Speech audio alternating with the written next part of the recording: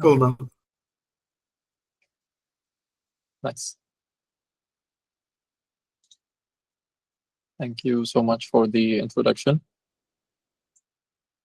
I'm happy that you invited me to do this bootcamp. Are the slides visible? Can see the slides, right? Yes, we can see. Nice. Okay. So this is the title of today's session, Basics of Neural Networks. And we will be discussing all the basics that you need to understand neural networks. And then we will do some hands-on sessions so that you can also gain some experience with the programming aspect of neural networks. So first, let's start with the terminology. So if you see this illustration here, you have computer science, which is the outmost circle. And then you have artificial intelligence, which is part of computer science. And artificial intelligence just refers to anything that is reacting to the inputs or the sensor data in a way that is smart. So it doesn't have to use neural networks or anything like this to be considered artificial intelligence.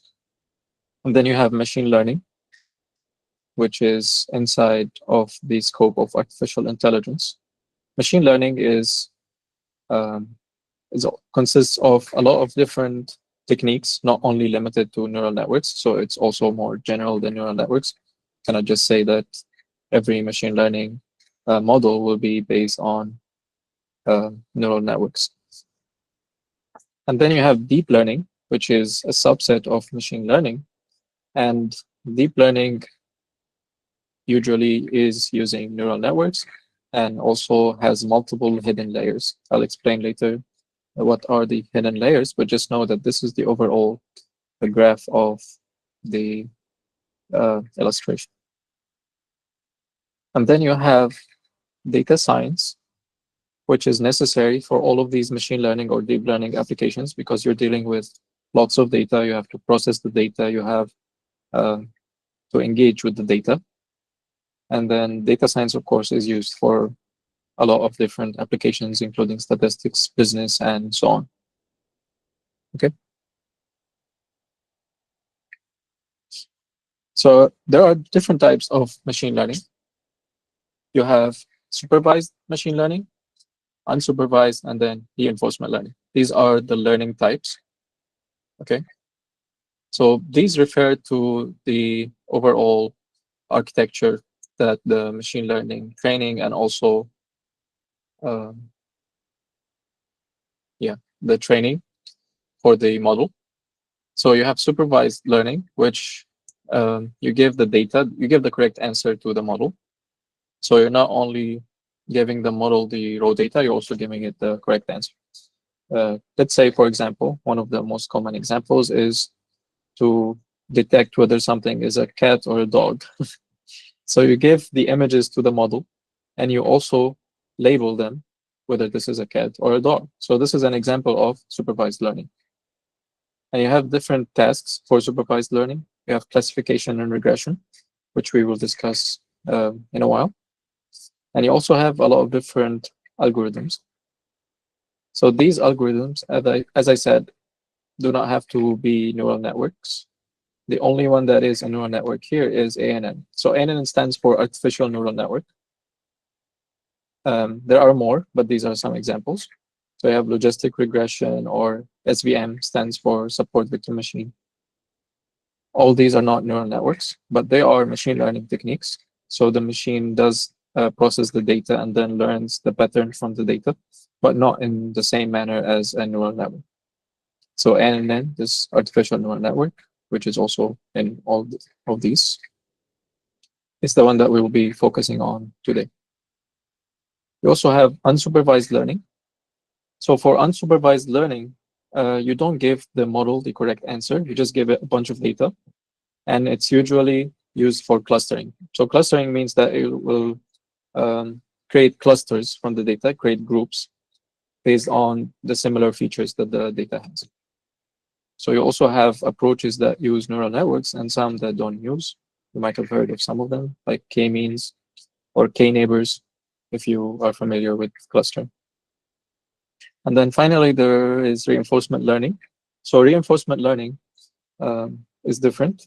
You give the model rewards instead of like labeled data, and then you have to simulate the environment itself so that the model chooses an action and then learns from the rewards and so on. So for today, we'll be focusing on supervised learning, specifically using artificial neural networks. So we have two tasks here. Let me explain. There is the regression task and the classification task. So regression means that we have a bunch of data. We have, let's say, a bunch of features like the age of some students, the course that they're taking, and so on. And then we're trying to predict something using this data, predict a value, let's say graduation time, for example. So this is a regression task. You give the model a bunch of data regarding a person or a house or anything else.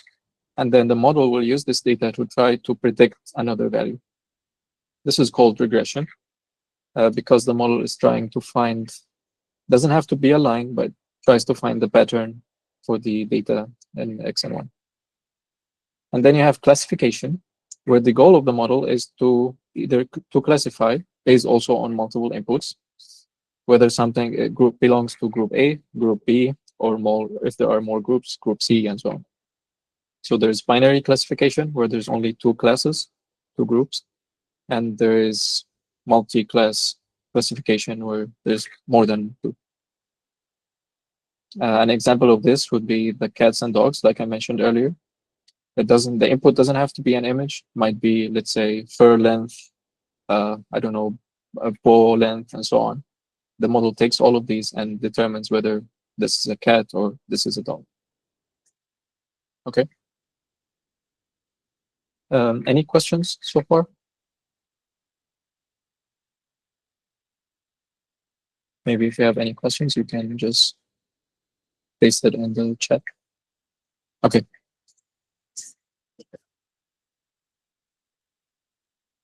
So let's start. ANN, as I said, is an artificial neural network, and it consists of something called neurons or nodes or perceptrons. All are the same, refers to this circle. This is the neuron. So a neural network is consisting of neurons, and then they're connected. So that's why it's a network. Okay. It usually consists of an input layer where you give it the input.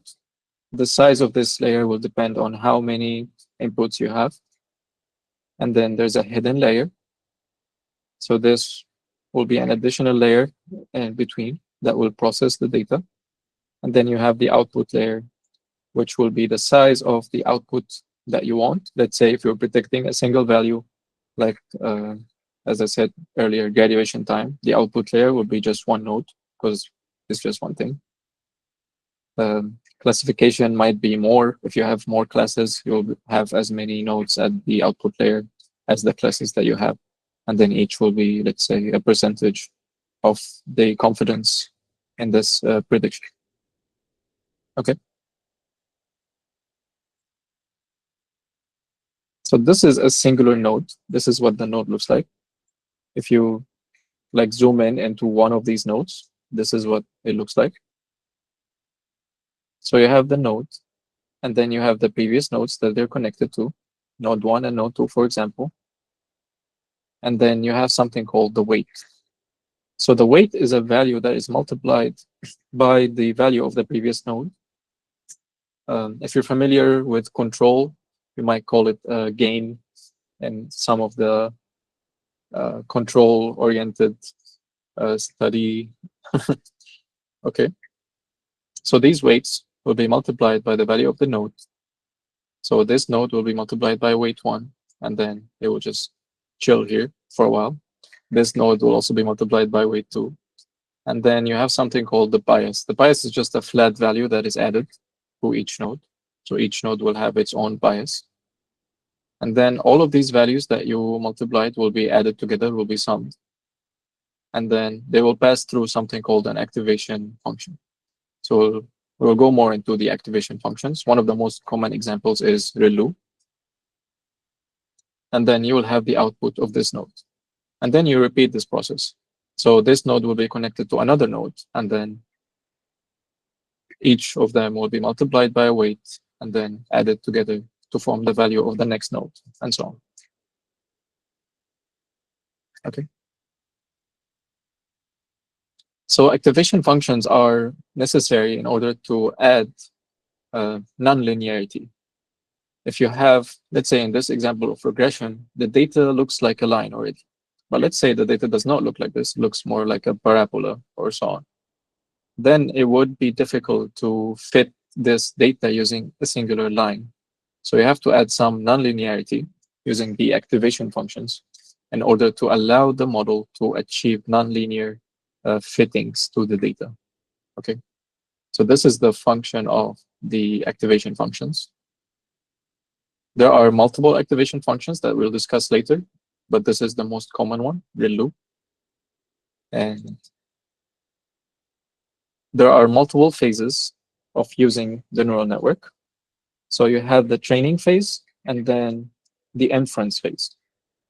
So for the training phase, you will go through these steps, which is the first step is initialize the parameters, the weights, and the biases.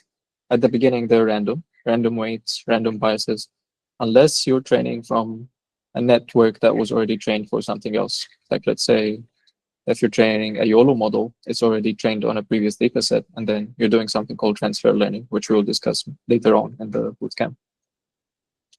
But usually at the beginning, they are all random weights.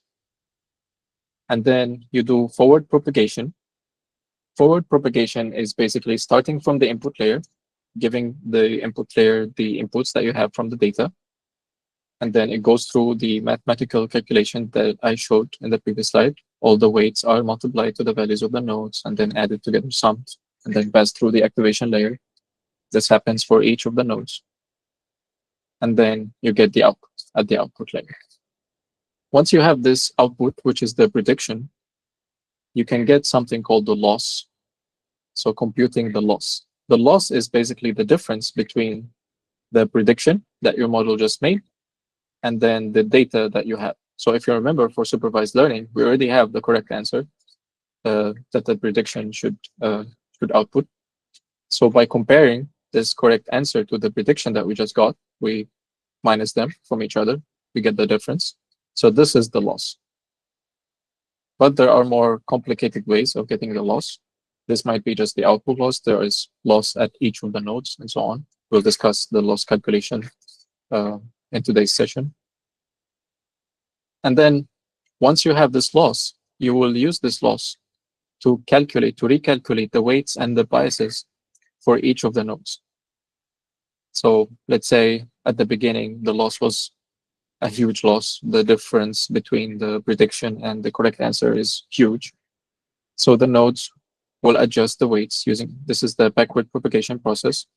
It uses an optimizer, and it's based on gradient loss. The overall concept is gradient loss. We will explain more later on, but I just want you to get the overall concept. Basically, using this loss, you will go back. Each of these lines is a weight, as we discussed. You'll update the value of this weight. You'll change it. Let's say it was 0.5. Now it's 0.2, and so on, in order to bring the whole network closer to the correct answer. So every time the network makes a prediction, gets the input from the data set, processes the input, gets the output, computes the loss, and then goes back, updates all the weights and biases for all of these nodes. And then does this over and over again, each time improving slightly using the loss by calculating the loss and then doing the backward propagation until you have a network that is fully trained. So the weights, the values for each of these arrows will be exactly right to fit the data, exactly like this line, for example. Or it will not be linear like this. It will fit the data even more closely, I mean. Okay. Does anyone have any question regarding this? I just want to make sure you get the base concept before we move on. So does the output of one training iteration go back and then goes for the second iteration? Yes, exactly. After you process once, you get the first prediction, and then you update the network, goes back again. And that's the first iteration. And then the second iteration, the same happens, and so on.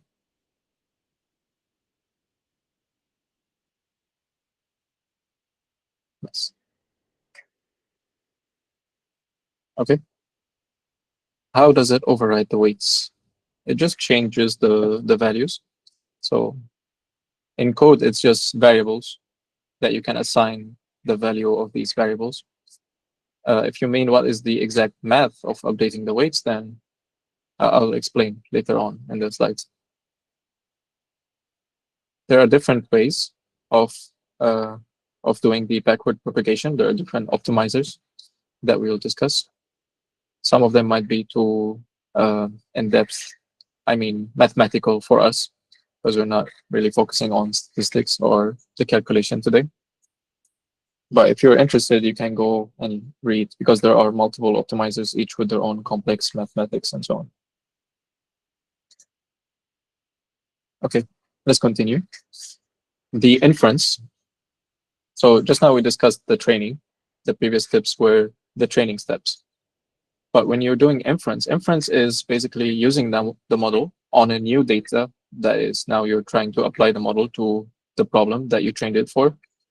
You give it new data that might not have existed in the data set, and then the model will output the prediction. So for this, you only need to do forward propagation. We're not trying to update the weights like in the training, because the training essentially is the process of updating the weights until they fit the data correctly. But for inference, when you're using the model, you can just send the input that you wanted and then get the output, the prediction. You can compute the loss if you want to like evaluate the model and so on, the performance of the model during the inference. But usually, if you're using it for an application and so on, you just do the forward propagation. What is the purpose of the loss function in the training process? The loss function basically calculates how wrong the model is currently. So the loss function just calculates the how different the prediction is from the correct value that we have in the data set. So we use this in order to calculate how much to change the weights and the biases. So this is the purpose of the loss function. Okay.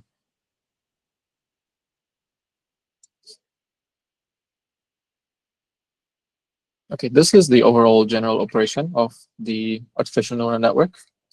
And this is similar to what we just discussed. This is just a summary. You have, let's say your inputs are images. These will be the inputs of your neural network. And then the first thing you do is make a forward pass or a forward propagation. Each of these are calculated based on the weights. You get the predicted output. You pass it through the loss function, see how different it is from the data that you have, the data set that you have. You get the loss, calculated loss. And then this loss is used to back propagate and calculate the weights for each of these in order to reduce the loss. This is basically the overall training process. That's why it's very important to calculate the loss, because all the weights will be updated based on this loss in order to minimize this loss. Okay. What happens if the model is excellent at training, gets very low loss, but terrible at inference, gets very high loss on testing data? That means that either your model has overfitted, which means it has trained on this data set until it memorized the specifics of this data set that might not exist in real life, stuff that you did not intend for it to memorize. For example, one of the most common examples of this is the background. If you take all of your images for the model that you're training using the same background, and then you use a different background for the inference, or like, usually when you're doing inference, you have a webcam and the background is completely different, then usually the loss will increase. because the model has never seen this background before, and it only memorized the specifics that in order to detect this, it has to be this shape with this color background, and so on. Okay. Can you clarify how does weight and bias relate to each other? So it's basically a linear equation. If you think about it, let's say node 1 is x, the input, and then the weight is a value multiplied by the input. So y equals mx, and then the bias is a flat value that is added. So essentially, it's y equals mx plus b. It's a linear equation. That's why you need the activation function to break this linearity to make it nonlinear. So the weights allow you to adjust how much of this input you want to affect the output. Let's say each of the nodes are an input value of, let's say, you're trying to predict the graduation time for a student. And node 1 is the faculty that he's in. Node 2 is his hair color, for example. Obviously, you want his faculty to affect the output more than his hair color. So the weight for node 2 will probably be very close to 0, 0.0001 or something, because we don't want this node 2 to affect much the output. The hair color doesn't have anything to do with the graduation time, for example. And then the faculty, we wanted to maybe affect a bit, maybe 0.5 or 0.6 and so on. So that's the function of the weights. The bias basically just adds a flat value to distinguish this node from other nodes that receive the same input. So it's just a mechanism to make sure that this node is special in the other nodes for, I mean, the same nodes that receive the same input in the same layer and so on. Okay. What type of software do we need to know in machine learning? You're dealing usually with Python. Everyone writes code for machine learning using Python. I've seen some people use MATLAB and so on, but this is not the industry standard by any means. All the research and industry are using Python for machine learning. Other softwares that you might need are like labeling softwares if you're working on object detection and so on. But that's probably all. Okay, let's continue so we don't get sidetracked too much. Okay, so let's explain more in depth into the activation functions. So the activation function is, as we discussed, something to break the linearity of the node. So each node is allowed to be nonlinear a bit. So ReLU is one of the most used activation functions and also the most basic. All it does is essentially get the max between 0 and the input. What that means is it essentially removes all of the negative values if the y is, if the x is negative, if it's behind this line, so it has a negative value, its value will be 0. And then if it's anything greater than 0, it will just take this value, it will be this value. So it's the max between 0 and x. If x is greater than 0, it will take x. If x is less than 0, which is negative, it will take the 0. Okay. So all it does is exactly this graph. It eliminates all the negatives from the input. So let's say this is 1, right? 1 multiply negative 1.3. If let's assume everything else is 0 and negative 1.3 goes into the ReLU function, it will be outputted as 0. Okay. So I want you guys to calculate the output of this node. The values are all here. This is 3, 1, then this is the value of the weight 0.5, negative 1.3, and 1. And tell me what is the output at the end. You can type it in the chat. I'll also calculate with you guys. Okay. Someone said 3. Are you sure it's 3? No, not 1.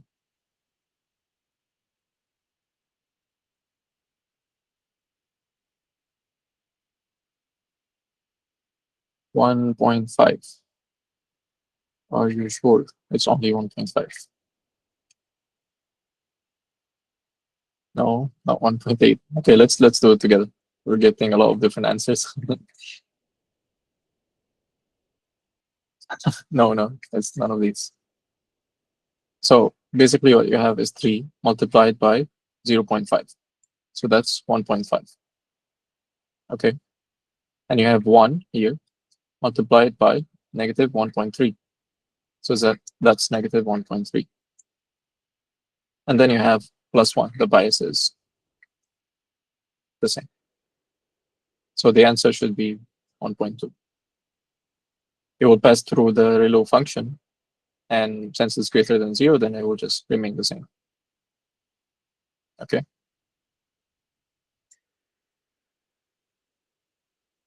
The ReLU is only applied after you sum all of these, only at the final value. That's why it's like at the end, at the right side of this node. This is the sum is here, gathered here first, and then enters the ReLU function. Okay.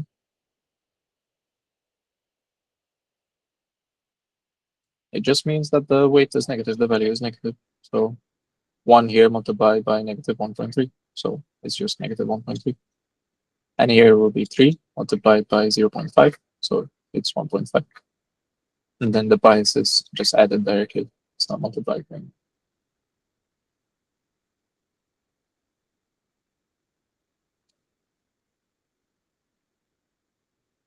What does the positive and negative weight means? It's just, it might be an inverse relation. This input is inversely related to the output of this node and so on. So they might be negative or positive.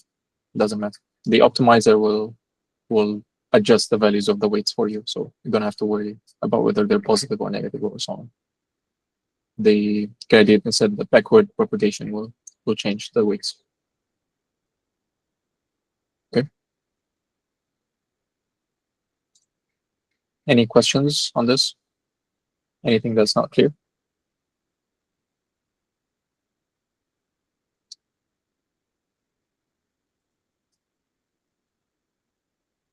Okay. Let's continue. So these are some of the activation functions that exist. So just now we discussed ReLU, which is this one. There's also another version of ReLU called leaky ReLU. So this is the same as ReLU, but the values before the 0, the negative values for x, are not eliminated completely. They're multiplied by 0.1. So the graph looks like this. If it's greater than 0, it's still the same. But if it's less than 0, it still has some small value. Okay. Then you have the tan h function, which is just tan h. You just tan h, and then the graph looks more like this. So this is more useful for classification. Same as sigmoid. Sigmoid function is almost the same as tan h, but it goes to 0, not to -1. And this is also used for classification. So you have some of the hidden layers, I mean the activation functions that work inside the hidden layers, and some of them are more commonly used for output layers. These are not rules. They're like, there's no specific rule of when to use an activation function, but these are the commonly used ones and where they're commonly used. So you have also sigmoid here, same as this one, and it's usually used for binary classification. Because the values are between 0 and 1, you can say that 0 is a cat, for example, and 1 is a dog. And then anything in between will be the probability of being a dog or a cat, and so on. So that's why sigmoid is useful. Then you also have softmax, which is, let's say, a more aggressive sigmoid. And this can also be used for not only binary, but also multi-class classification problems. The mathematical equations for each are here, if you want to maybe visualize them or on Desmond or something, or any other visualization tool.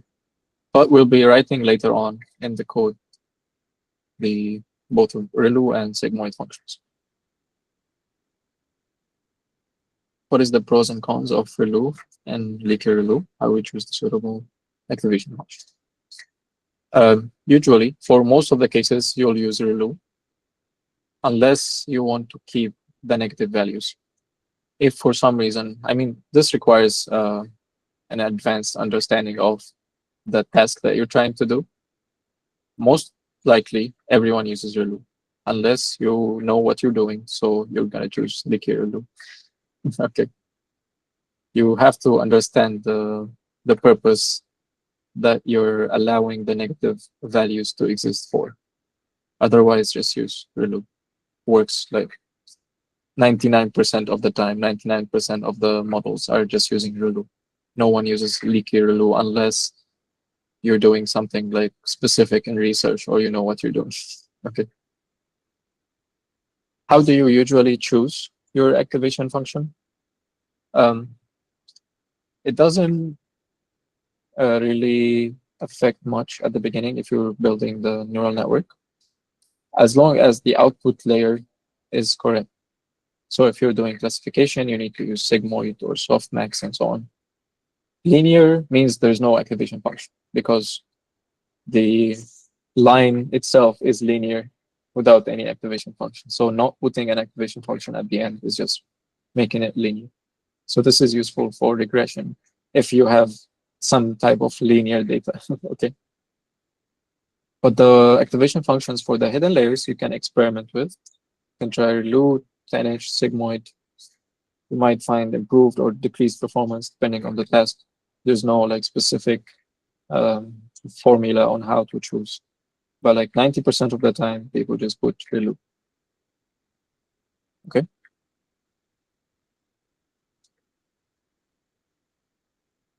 Nice.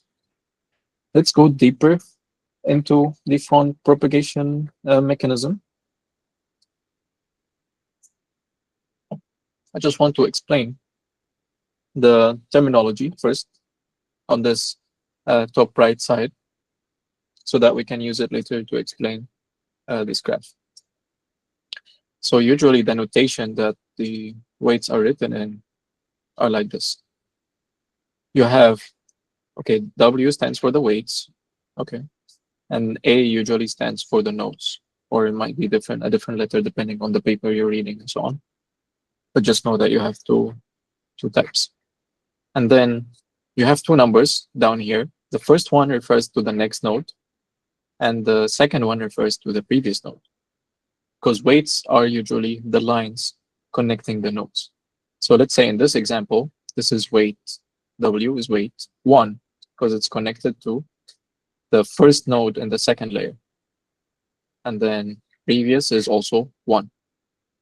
Let's look at this, for example, weight, and then it's connected to the second node in the second layer. And then the previous node is the first node in the first layer. So 2 and 1. Okay. And then the number at the top right is the layer. So layer 1, layer 2, and so on. The layer, it indicates the layer that you're going to. So this is layer 0, for example. And then you're going to layer 1. So this would be weight, and then it's going to layer 1. This is the weight going to layer 2, which is the output layer. And so on. And then you have the nodes themselves. This number at the bottom is the node. So as we discussed, this is the first node, second node, third node. First node, second node, and the first, and so on. I think there's a typo here. This is supposed to be 3, A3. And then this is the first node, A1, and the final layer.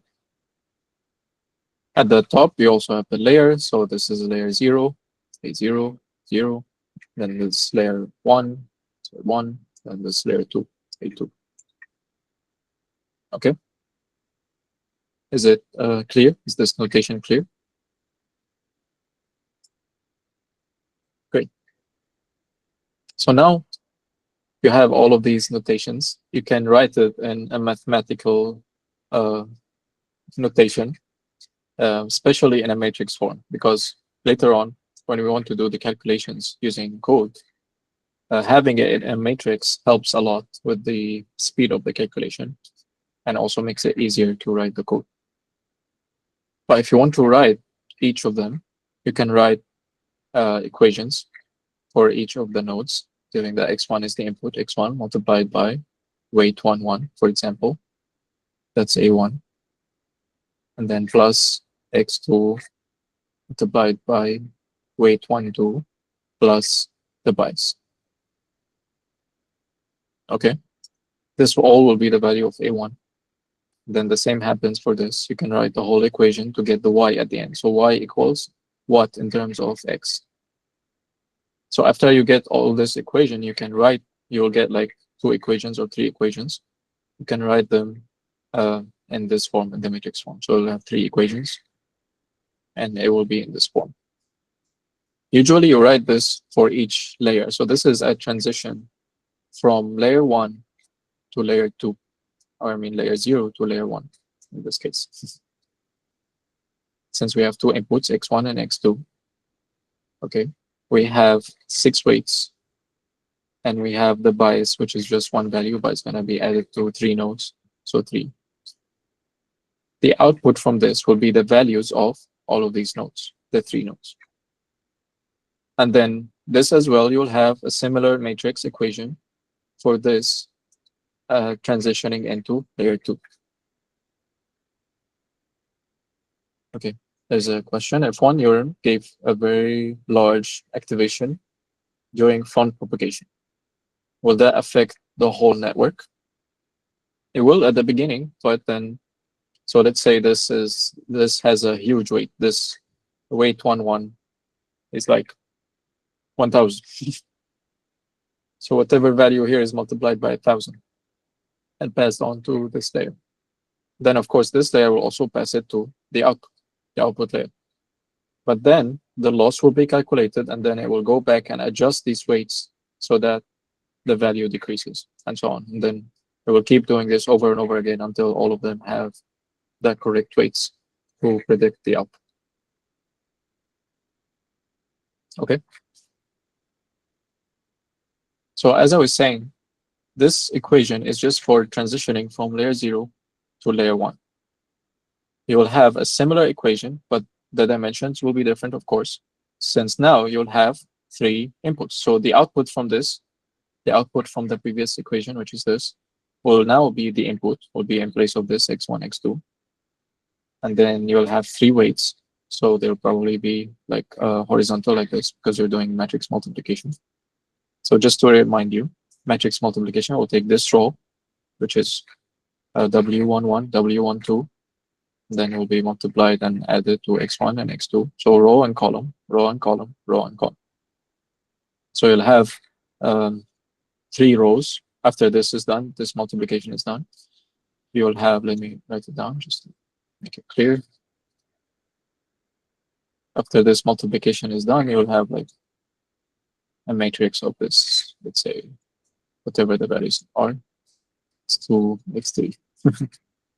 My bad, the writing is not very clear. But you have 3 values like this in 3 different rows, 1 column. And then you'll be able to add them to this directly. All the values will be added. And then that will be the value of Z1, Z2, Z3. And then for the next one, for the next layer, you will probably have Z1, Z2, Z3 here. And then the weights, you will have them like this. So all these will be multiplied by all this. You only have a singular bias because only one node here. So I'll have the value of this node. And then that will be the final output, Z of layer 2. And this will be the output of the network, which is Y. Okay. Do you understand this matrix form? Because it will be very critical when you're writing the code for the exercise later. But usually when you're dealing with neural networks, the libraries that you're using deal with all of this, so you don't have to think about any of this while you're writing the code. But for the exercise later, I want to make sure that you understand the core concept itself. Okay. Oh, no, I need to do this. Okay. Let me just explain a bit about NumPy because you'll be using it now for the exercise. So NumPy is short for numerical Python. It's a library that is made for the Python language, and its main purpose is to provide fast and powerful calculations for arrays or matrices. Okay, and it achieves this speed, and it's faster than using lists and so on because its core is written in C, not in Python, and it has a Python wrapper around this C. If you know what a wrapper means basically the code itself that's running is C, and it has an interface in Python so that you can use it in Python. So that's why it's very fast. So usually when you're dealing with any type of array that you want the calculations to be done quickly and so on, you'll be using NumPy. Okay, next, I think we'll be doing the exercise now. Okay. So what I want you to do is I'm going to send a link to a Google Colab. I want you to create a copy of this Google Colab because you won't be able to edit it. You only have viewer permissions. All you have to do is file and then save a copy in Drive. And then I want you to edit this copy that you have to fill in these missing prompts. So basically you will write the relu function. Here you'll type the X and Y, the inputs. Oh, I'm not sharing the correct tab. Okay, let me start over. Once you see the Google Colab, just go to File, save a copy in Drive. Okay. And then as you can see, we have the NumPy import, which we'll be using. And then all you have to do is fill in these missing comments. So you have a lot of comments. This is just for the forward propagation. Okay. And keep in mind that whatever you write in these functions has to accept an array, not just a singular value, because you'll be tempted, for example, for relu, to type just max 0x, return max 0x, okay? But this only works for one value if x is just a number, 2 or 3. But what if x is an array? Then you have to use NumPy. So I'll give you like 10 minutes to try, and then I'll show you the solution. I'm going to send now the link to this in the group.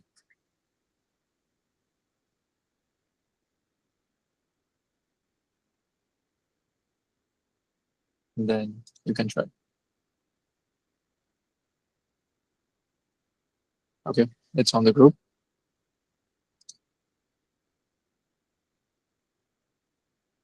So you have to write the relu function, the sigmoid function based on the slides. I will show you the slides now.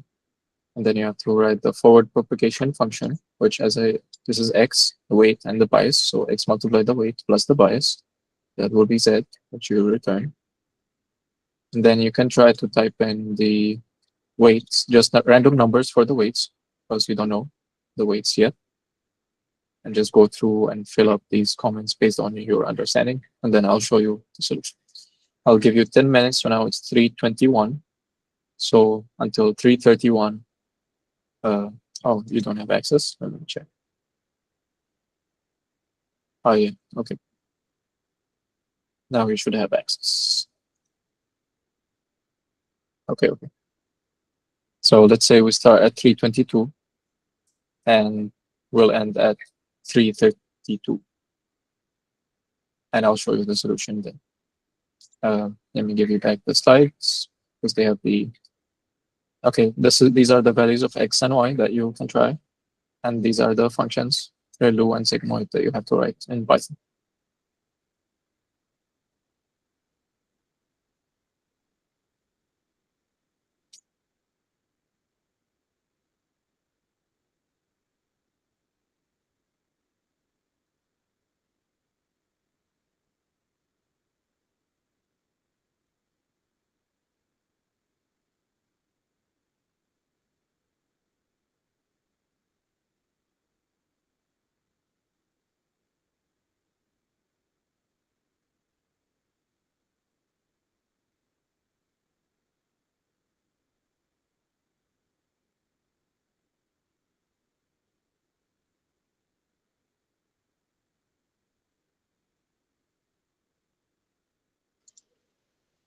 Yeah, you can try to run the Python and everything regarding the environment is already installed in Google Colab, so you don't have to worry about the environment. You can just run the code. Just run using this. It will connect to a CPU or GPU and then start running your code if you want to run.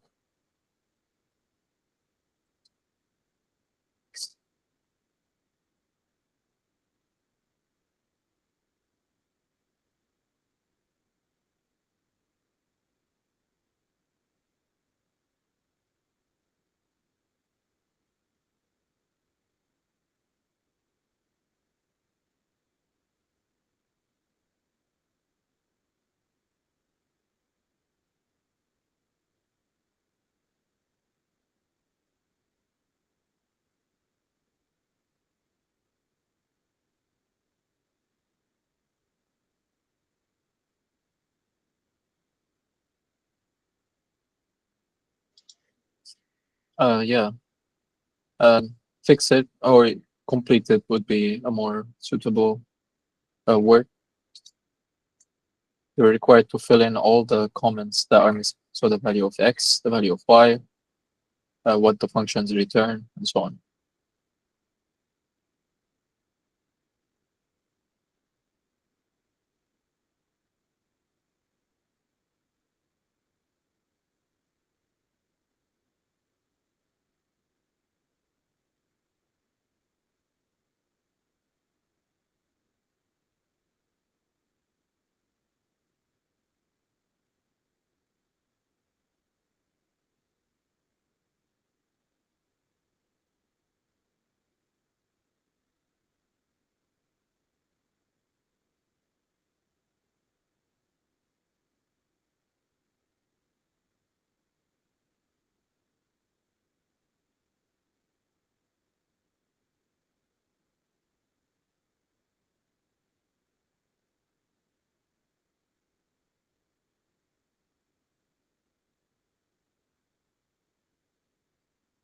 Sorry, could you share the link here?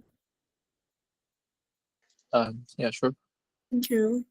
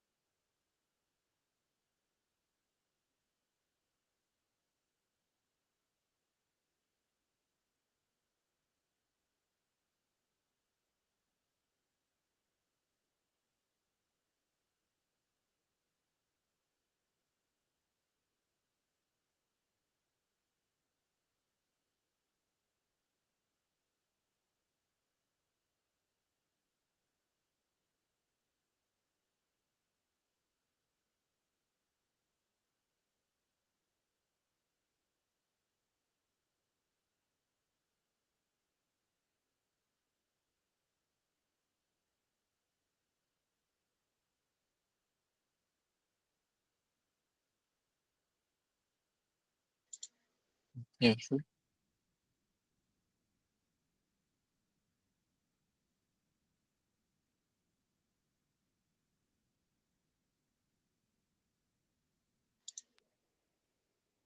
Do you have a question?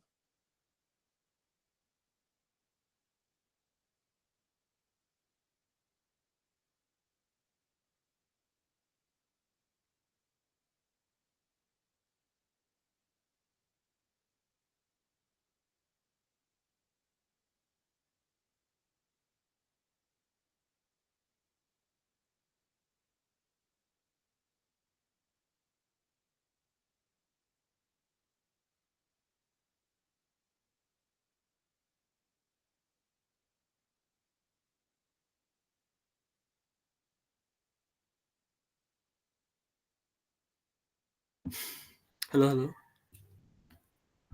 Yes. Hello. Sorry, I have a question. Yeah, sure. For the exercise 2.1, just for the question number one, or also question number two and number three?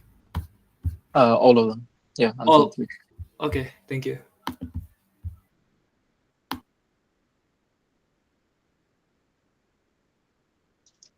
I think you guys might need extra time. I'll give you until 3:40. Should be okay.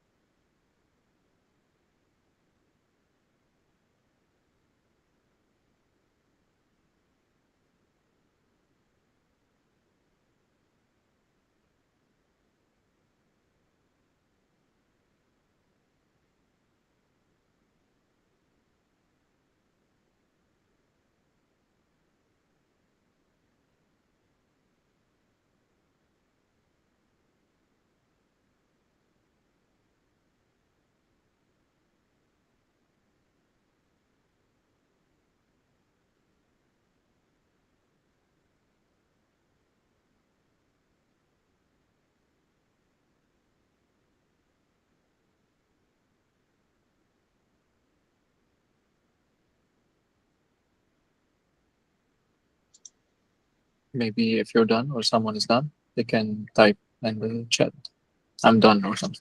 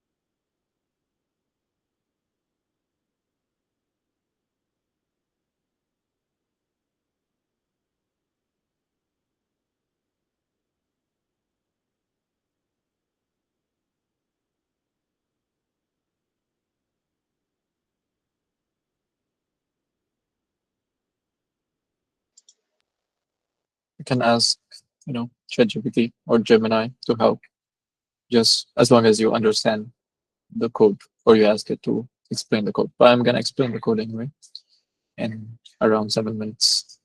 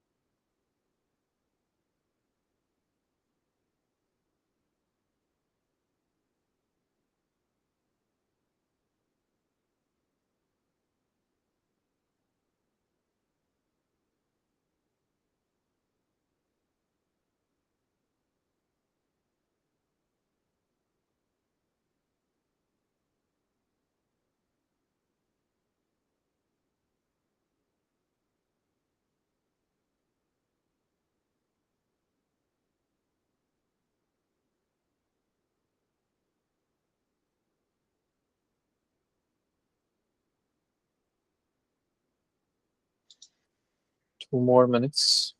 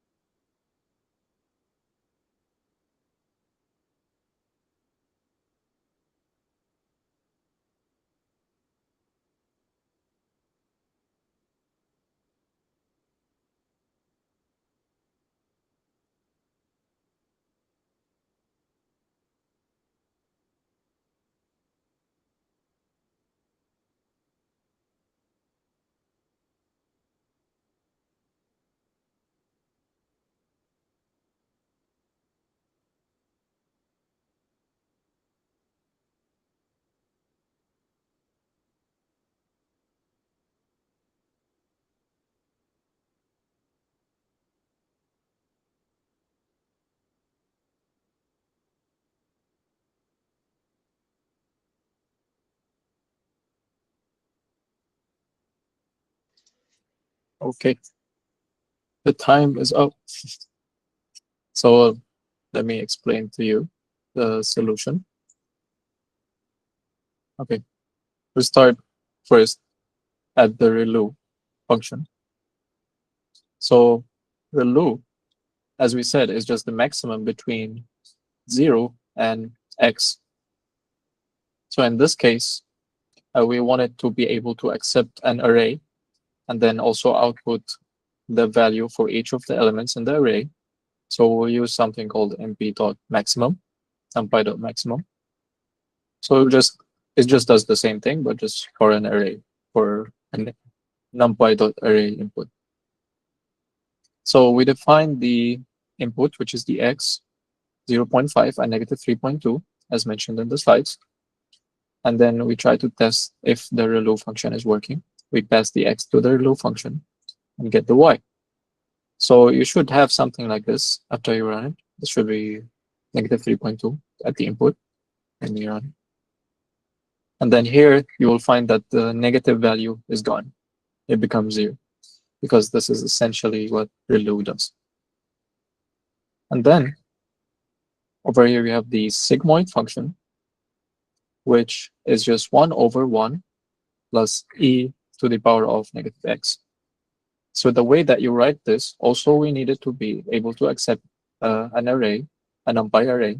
So we'll use numpy.exponential, exp, and then we'll pass negative x as the input. So we can also do the same, run y equals sigmoid of x, and then get the output. So if I run this, so now 0.5, negative 3.2, and then it disappears.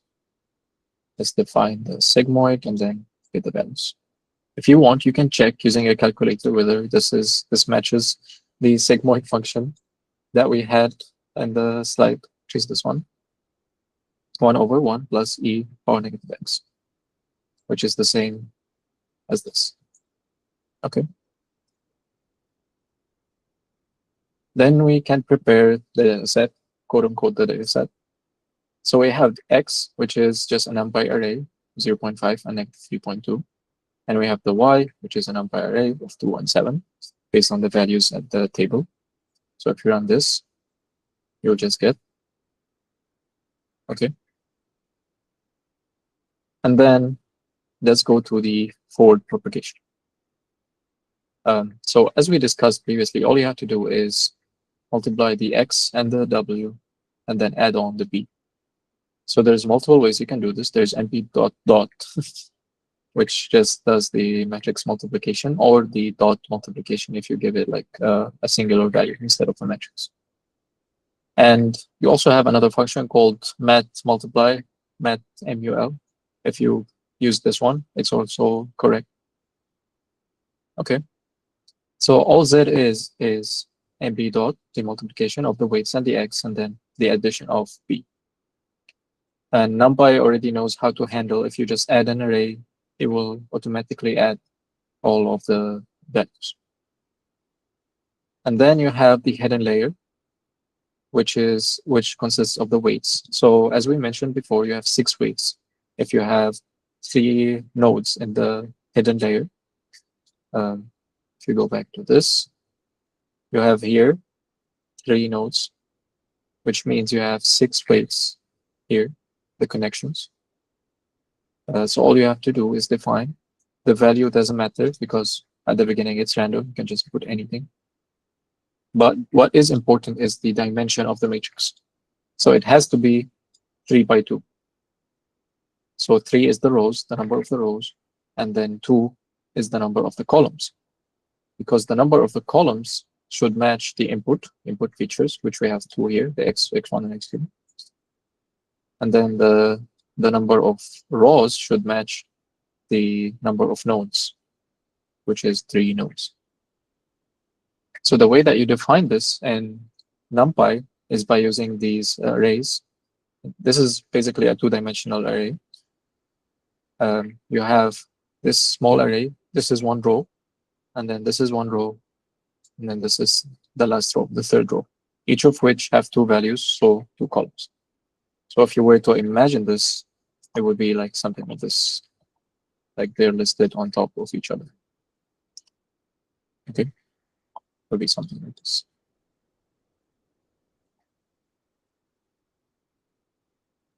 And then you can print. You can keep running this, by the way, and it will give you an error, but it will still print the values. So this, as you can see, this is the value of weight 1. The shape of it is 3/2. And then you have the B, which is the bias. And this can be just a singular value and just add it. You can have also different values if you want each node to have different biases and so on. That is possible. And then we'll use the forward propagation function that we defined. So .t here is the transpose. Transpose just means flips it. It flips the array, because if you look at here, this is just 2 columns, right? But if you go back to the slides, we want it to look like 2 rows. If I go to the matrix, this is 2 rows, right? Not 2 columns. If 2 columns, they will be next to each other. It will be x1 and x2. But then we wouldn't be able to multiply by this in the way that we want. So these have to be in a row. So what we're gonna do in rows, I mean, what we're gonna do is we're gonna transpose. We have the current x that we have, looks like this. It's being selected. It's like x1, x2, next to each other in columns. Transpose is just flip that so that they look like this, like 1 column, 2 rows, x1, x2, so that we can do the matrix multiplication with the weights. Okay. Or instead, if you want, you can not add this here at the function calling itself. You can add this inside the function itself if you're sure that every time it's going to be transposed and so on. Anyway, this is the forward propagation. And then we use the function, the activation function that we defined just now, the real loop. So at this point, this is the output of one hidden layer. You've successfully written, let me share back. You've successfully written, if at this point, if you finish at this point, you've written a neural network that has a hidden layer. You've successfully written one hidden layer, okay, in Python from scratch, not using any library except NumPy, of course. But this is a nice achievement. I'll mention again because I was sharing the wrong screen.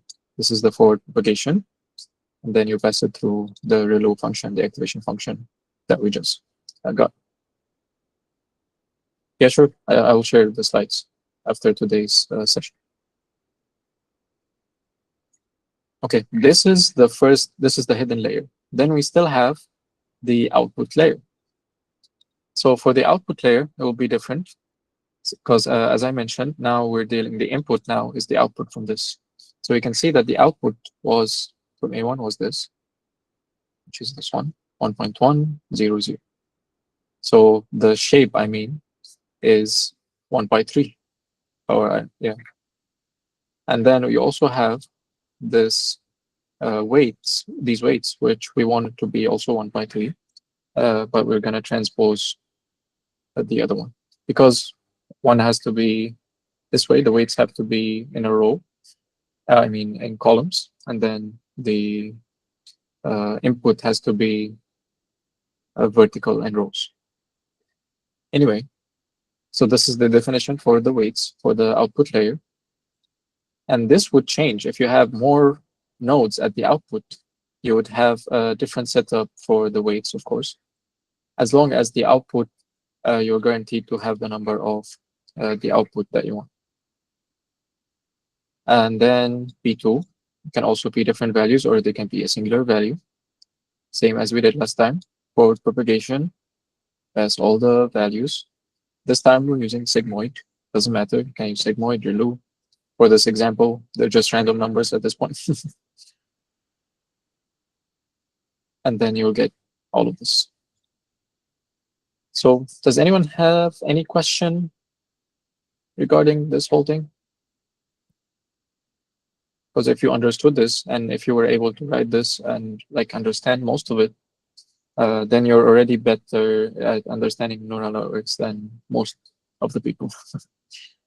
Because most of the people, they just use the libraries. They just use PyTorch or TensorFlow, which we'll discuss later. We'll also be using them because it's more practical. But writing this means that you've gained an understanding of what happens inside the neural network itself. Okay, but you're probably in the future, you're not going to be doing this unless you have to write your own library, or you're using a language that is not Python, and you don't have like available libraries, so you have to write it from scratch. Then it's probably going to look a bit different than this too. Any questions?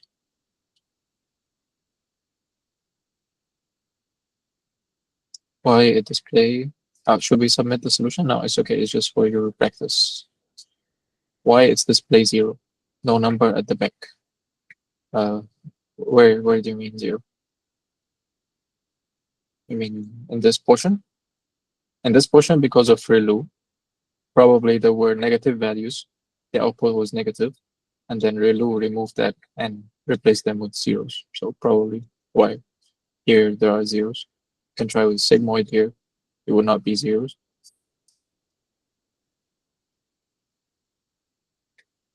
At the first call of forward pop, where is the x defined? The x is defined earlier here in the preparation of the dataset. And Google Colab retains all the variables as long as you ran it before, then it still remembers that x equals this.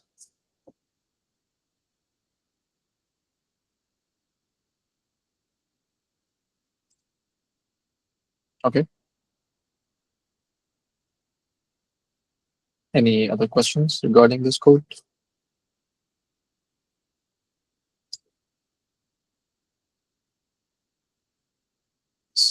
I hope it was nice and easy for everyone to understand. Okay, let's go back to the slides. Yes. Okay. So this was the first exercise. Let's continue with the explanation. So now we're dealing more with the backward propagation. We finished the forward propagation part. Now we're gonna go into loss and the cost functions for loss and so on, and then some explanations regarding the backward propagation overall. So for the loss function, it refers to the difference, as we discussed, between the predicted value. So y dash y with this house on top is the predicted value, and then y is the actual value from the data set that we have. And then the loss will be basically the difference between them. So you can calculate the loss for each of the iterations. Every time you get the output, you can calculate the loss. And you can calculate the overall total loss by adding each of these losses. And then this way of calculating the loss is a bit primitive. There are more commonly used ways now for calculating the entire loss, but this is the basic idea. You're trying to compare the output, the prediction, with the data that you already have, and you use that to correct the weights for the model. Okay. So these are some of the common loss functions you might have heard of. For example, mean squared error, one of the most commonly used ones. And you might have even used them not for data, not for machine learning or deep learning. Just used it for data generally if you want to find the mean squared error. Usually also used for academia if you're dealing with numbers and so on. So all it does is the predicted minus the actual one, or I mean the actual one minus the predicted value squared, and then you take the average of this over the entire iterations, all the iterations. So 1 over n. The sum of all of these, and then 1 over n. So this is the mean square error. There's also mean absolute error. Exactly what it sounds like. Instead of squared, here will be the absolute value. There's Huber loss. You can read about Huber loss. But the most commonly used one for regression, because regression, the output is usually a number. For example, like we discussed earlier, graduation years, how many years it will take to graduate. It will be like 4.5, something like that. and then the actual is 4. So you can find the difference and have some numbers. This is usually the case for regression. Then you have binary classification. Binary means that it's just 2 classes. It's either this or this, cats or dogs, and so on. So you have something called binary cross entropy. Okay. So the equation for binary cross entropy is this. It's a bit complicated. You don't have to understand all of it, but it's just basically a bunch of logs, and then because you only have either this or this value, so you're gonna have 1 minus the value, and then here log 1 minus the value, and so on. It's basically giving a higher loss if the value is different, 0 or 1 compared to 1 and 0, and so on. And then you also have multi-class classification. And then this is just cross entropy without the binary. So they just remove the binary part. And then there's also a logistic loss function. It's basically this. You have to calculate this value of S first, and then use it to calculate this summation thing. Again, you don't have to understand it. All the libraries have it already. But if you're curious, you can look it up. You can look the derivation and why it's being used. S is just basically a softmax function. If you remember earlier, it was also one of the activation functions, softmax, this one. Okay. It's just a mathematical function. Overall, the mathematical equations or the mathematical implementation for the back propagation is much more complicated than the forward propagation. But you just saw the forward propagation, which is just a line, y equal mx plus b. It's very easy, right? And then all of the advanced statistics and mathematics all happen at the backward propagation, including the loss function itself. But you still have some simple stuff like this for regression, just mean squared error. The rest will be also simple once you understand them, if you look them up. But they're going to take too much time if I explain each one now. But if you're curious, you can look up the name, cross entropy or binary cross entropy loss, and understand exactly how it's calculated. But at the end of the day, all it's doing is this the correct label? Is this the correct class or no? That's all it's deciding. It's giving higher loss if it's the wrong class, and it's giving lower loss if it's the correct class or a class near the correct class, and so on. Okay. Okay, before we move on to the training, is it clear, the loss function or the cost function? Do you understand what it does? Okay. Nice. So as we discussed, the main point of training is to find the weights that give the lowest loss or minimizes the loss function. So let's say that at the beginning of the training, your model is still random. It has the equivalent of this line. Its performance is the equivalence of this line in fitting the data. If you give it anything, maybe if you give values around here, it will be correct. But probably any other value for the X for the input is going to result in a totally different output than the output that we design. And then the loss will, of course, be huge for these iterations. And then it will slightly adjust after one iteration, slightly adjust the weights so it fits more, slightly adjusts more, and so on until it fits the data at the most of its ability, minimizing the loss to the smallest loss possible. Okay. But usually, as I discussed, it's not linear like this unless you have linear regression, unless you have no activation function.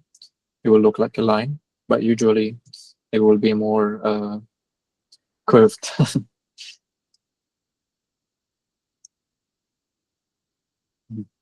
Okay.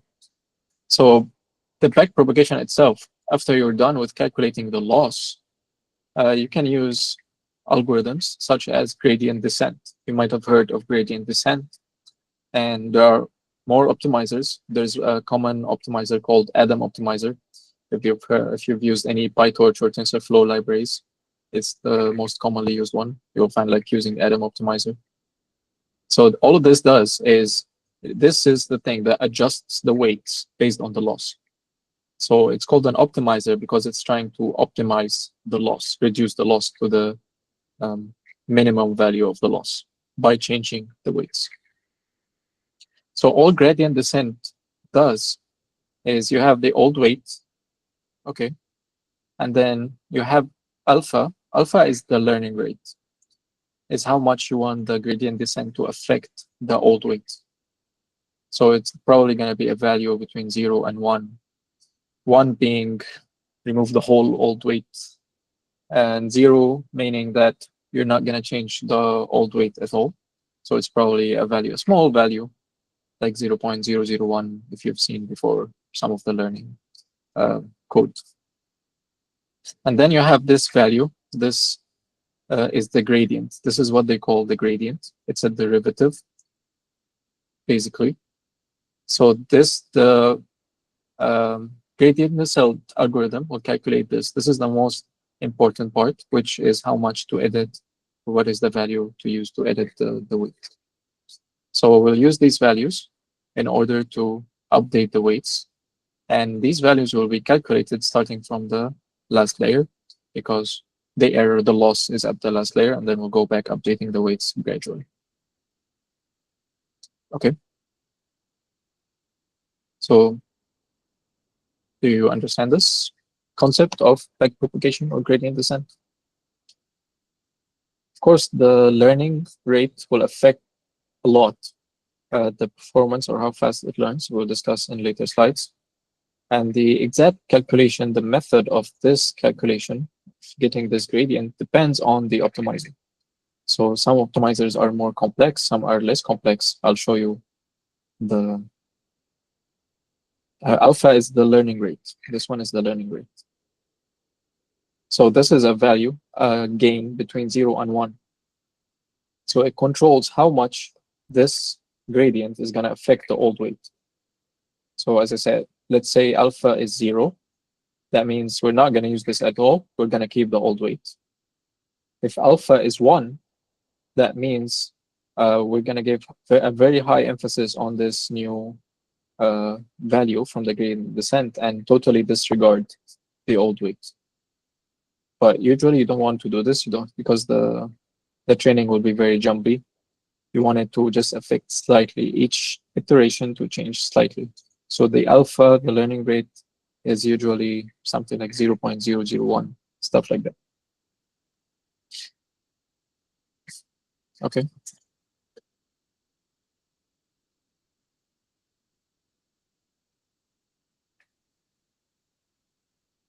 Yes. I hope it's clear. Then I'll explain a bit more about this. So as I said, all of this is gradient descent. So we begin by analyzing at layer 2. So we get this value, layer 2, update the weights for layer 2, get this value again for layer 1, dw1, the delta, the derivative of 1, update the values of layer 1, and so on. And this keeps on going until if you have 100 layers, this will happen from the last layer to the first layer and so on. And all it does is bring, let's say this is the point where the loss is the minimum, J, which is the loss here, is the minimum. Then J is basically the cost of the error or the loss, okay? And we want this to be the minimum value. So all we're doing is we're inching the old weights a bit closer until they reach the minimum loss. So let's say this was the old one. We want to get this slope, this derivative of this area, in order to reduce it to the W new, the weight, the new weight. The calculation of this slope is dependent on the optimizer itself. But this is the overall idea. Okay. And let's say if the alpha is too much and you move this too much, you might get a problem that is oscillation. Instead of moving this closer slightly a bit to the minimum, you move it too much until the loss gets back here. And then you have like this oscillation pattern where it keeps jumping but never reaches the the minimum spot because the learning rate is too high. We'll discuss more about the learning rate in the next slides. But any question about this first? It might seem complicated, just the mathematics, but believe me, this is even more like, this is simplified. It looks even more complex than this. If you look up the chain method, the chain propagation of how this derivative is calculated, it looks much more complex. But all you need to know to use in order to use neural networks and make them with the libraries are how to determine J minimum. J minimum is ideally 0. You want J minimum to be 0. But of course, 0 is not possible because you're not gonna fit the data perfectly. You're not gonna be like, for these points, you're not gonna go and cover all of the points perfectly going through the data. It's impossible.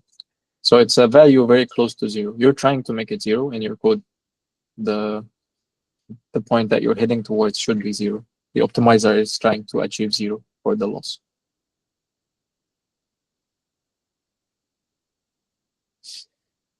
Okay.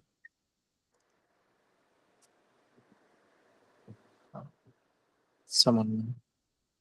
Okay. Nice. Then let's look at something called hyperparameter tuning.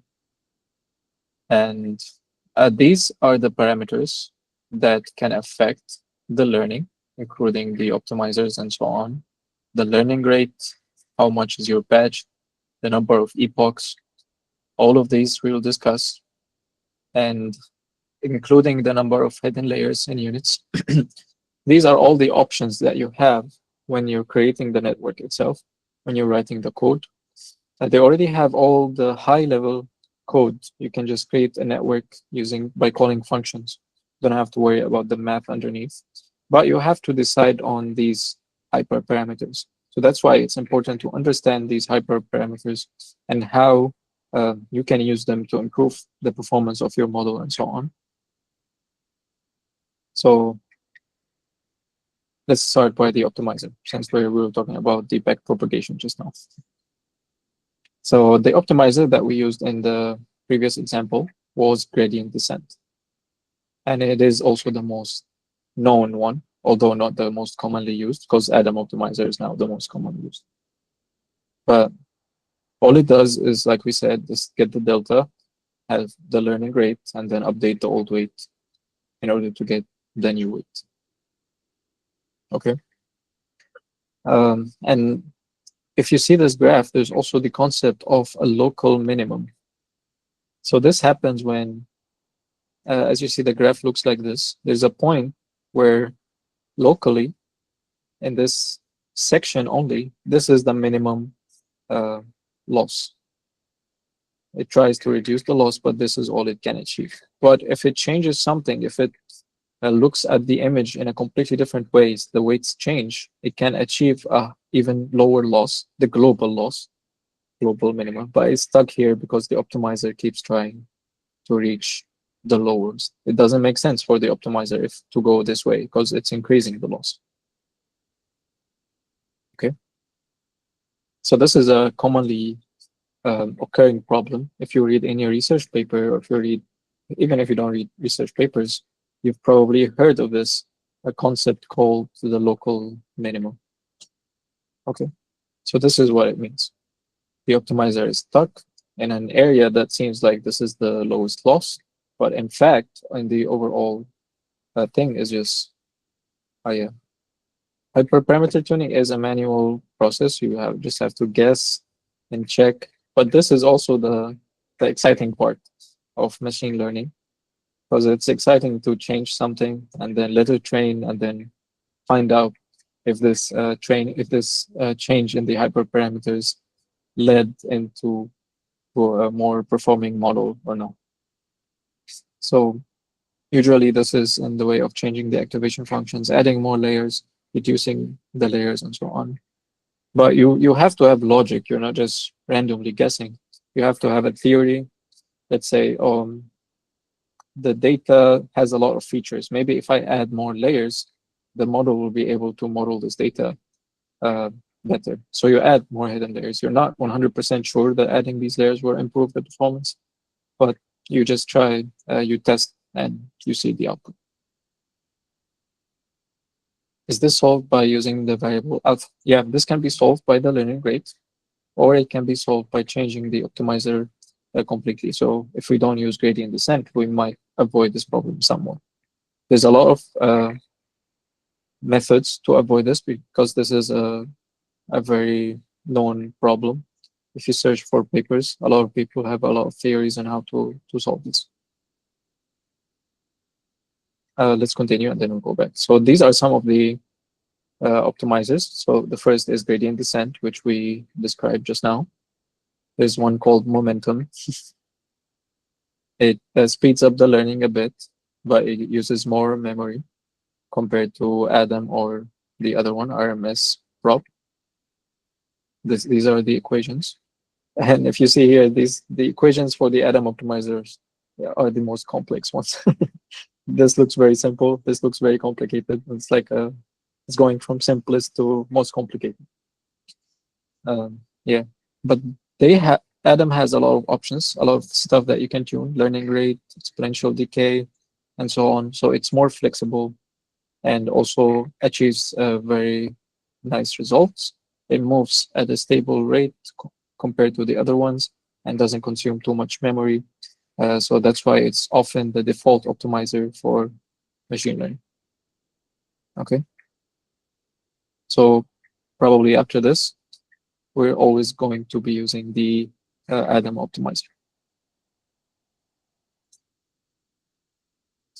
Okay, let's discuss the learning rate. So as we discussed just now, the learning rate or the alpha affects how fast the weights change during each iteration. So if you have a very low alpha, it will arrive at the minimum, but it's gonna take a longer time. The training time is gonna be longer because it's moving at very small steps. It's gonna take a lot of steps in order to reach the minimum point. If you have your learning rate just right, the perfect amount, you will move in bigger steps without overshooting, and then you reach the local minimum. It's like a PID tuning problem. You don't want to overshoot, and you don't want it to be too slow when you're designing a PID controller, for example. And then if you have it too high, it's going to oscillate. Instead of, for example, moving somewhere closer to here, it's going to overshoot and like move somewhere to there. And this is a bit exaggerated. It's not going to go up, but it's going to be like oscillating around this area. Okay. So in order for it to converge, it's called converging to the minimum, then it has to have a value that is not very high in order to cause it to diverge. So this leads to divergent behaviors, because any progress that it does is immediately reverted in the next iteration and so on. Any questions so far about optimizers, backward propagation, or the learning rate? Okay, how do I know the best learning rate? Is it just a manual process of tweaking and testing? Yes. A lot of things in machine learning are not like exact. You don't know the exact best learning rate, but you need to test. It's probably safer to start at a lower learning rate and then try increasing and increasing until, and it doesn't affect if it's too low. The worst that can happen is it takes longer to train, which is not a problem. It's okay. Just let the PC run for more hours. Doesn't matter. But if it's too high, then it stops learning at all, which is a problem. So it's better if you start at the lower value and then keep increasing it to achieve like more optimal training.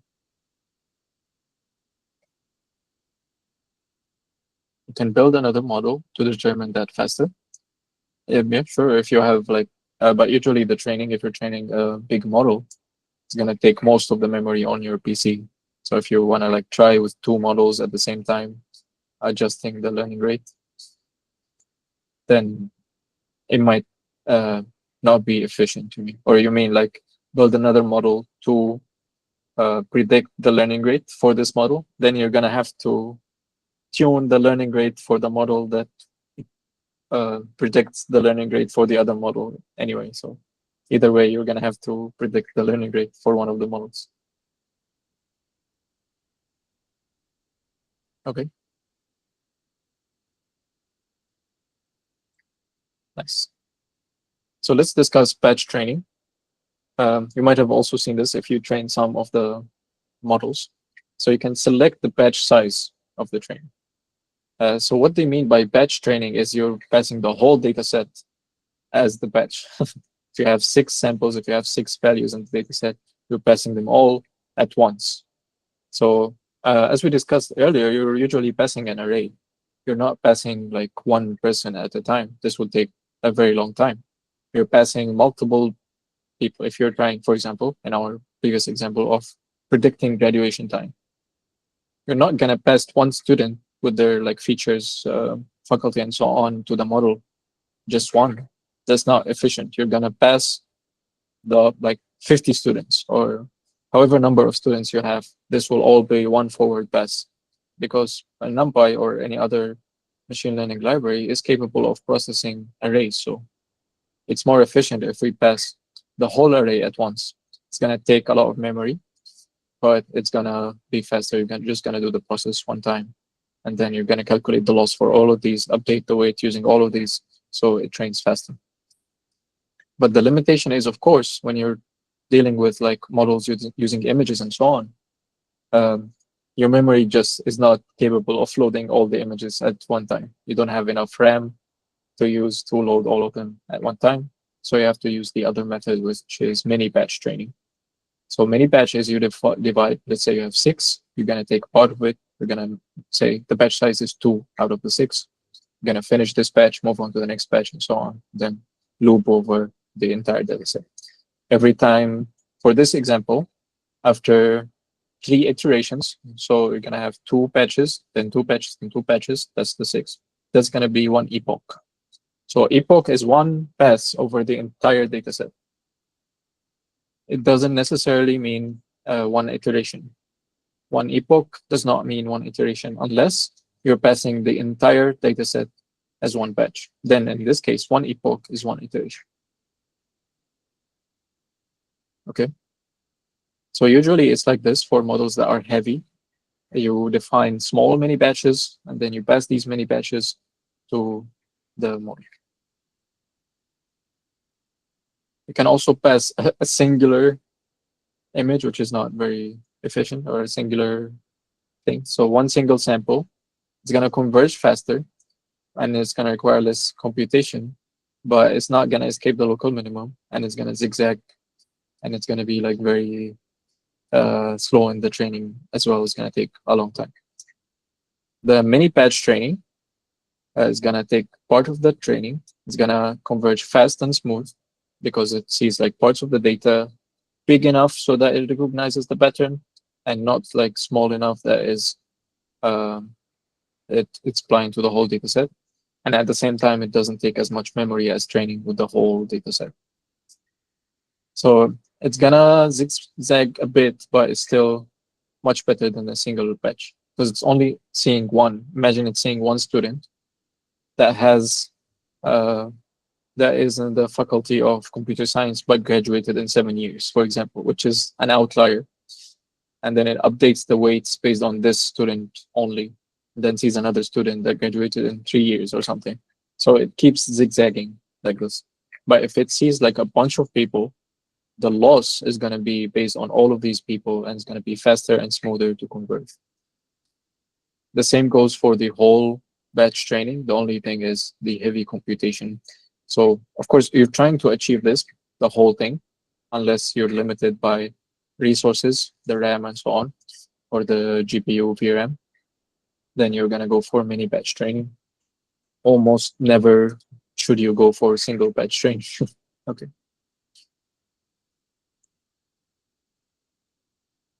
Okay. So the next topic is feature transformation. But does anyone have any question for that, for either batch or learning rate?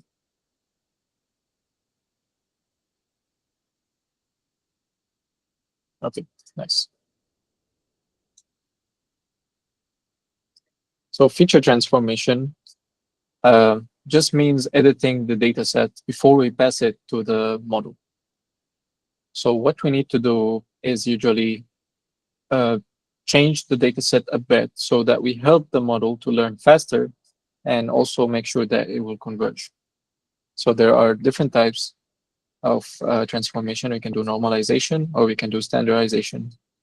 And then each of these can accelerate the training, reduce the outlier, and so on. We'll see the methods in the next slides.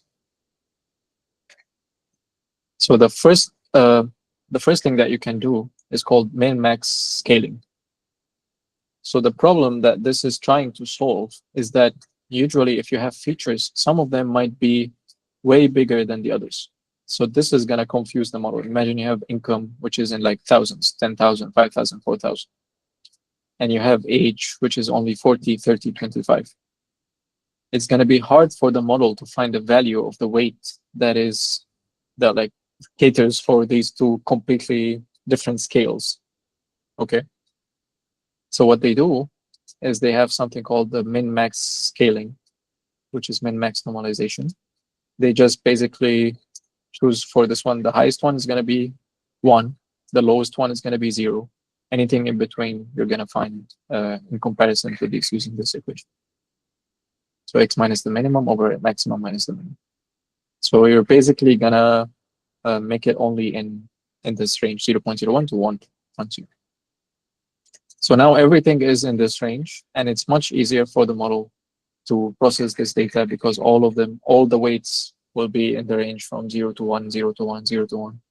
It doesn't have to calculate like astronomical loss for this in 10,000s, and then for this is like 0.5. Okay. There's also another form, which is called standardization. So this is not based on the minimum and the maximum as the previous one. It's based on the standard deviation and the average of the data set of each column, of each feature. So all you have to do, x is the input that you get, for example, 40. And then this mu is the mean of the sample. So the average of all the ages, and then divide the standard deviation, which is the standard deviation of all of the ages. So you get values also maybe in the range of -1 to 1 around this. And it's easier for the model. But this has the advantage of being based on the mean and the standard deviation, not just the minimum and the maximum. Because the minimum and the maximum is subject to the outliers. If the dataset has any outliers, any very large values or small values, it might mess up the scaling for the minimum and the maximum that we did just now. But if you have like standardization based on this, the mean and the standard deviation, then it's more fitting for the data, more stable. Essentially the same thing. All you're doing now is making sure that all of the features, all of the inputs are within the values between -1 and 1, or like values close to each other, so that it's easier for the model later on to learn the relations between them. Is it okay? Do you guys understand what I mean by this?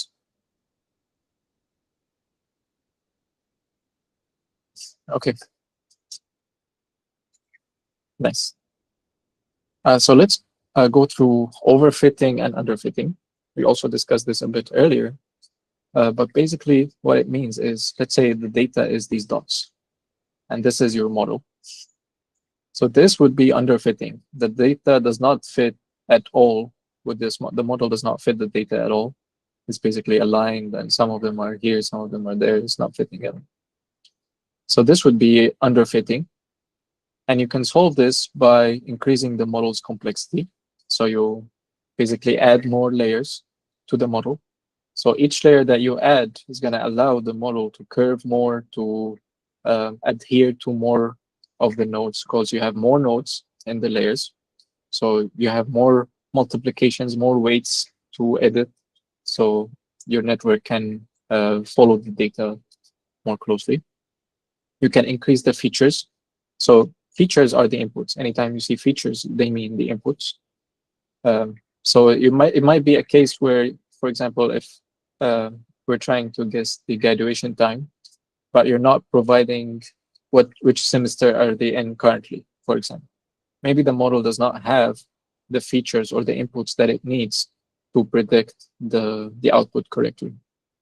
So you can increase the features, you can increase the inputs. You can increase the training time, the epochs or the duration. In some cases, if you like just stop the model, you only let it run for like 2 epochs, 3 epochs, and you stop it, then it has not yet learned, it has not gone through enough iterations to find out the best weights. So of course, it's not going to be fitting for the data. And then you can remove regularization. I will discuss regularization in the next slide. It's just a technique. It's mainly used for overfitting. So if you applied regularization to stop overfitting and now it's underfitting, then you need to remove this regularization and so on.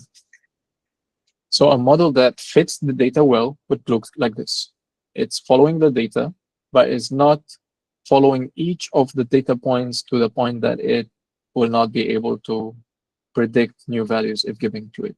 It just knows the trend. It knows the pattern overall. It's not following each single data point. It's just following the overall trend, which is what we want. We want this model. We want our models to be like this.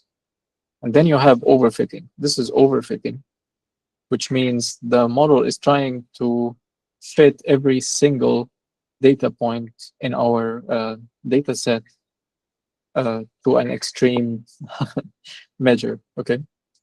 And this makes it so that if it receives another value, let's say we increase the time and we give it like a value over here, it's not going to know how or what to do to reach this value, how to exactly fit this value.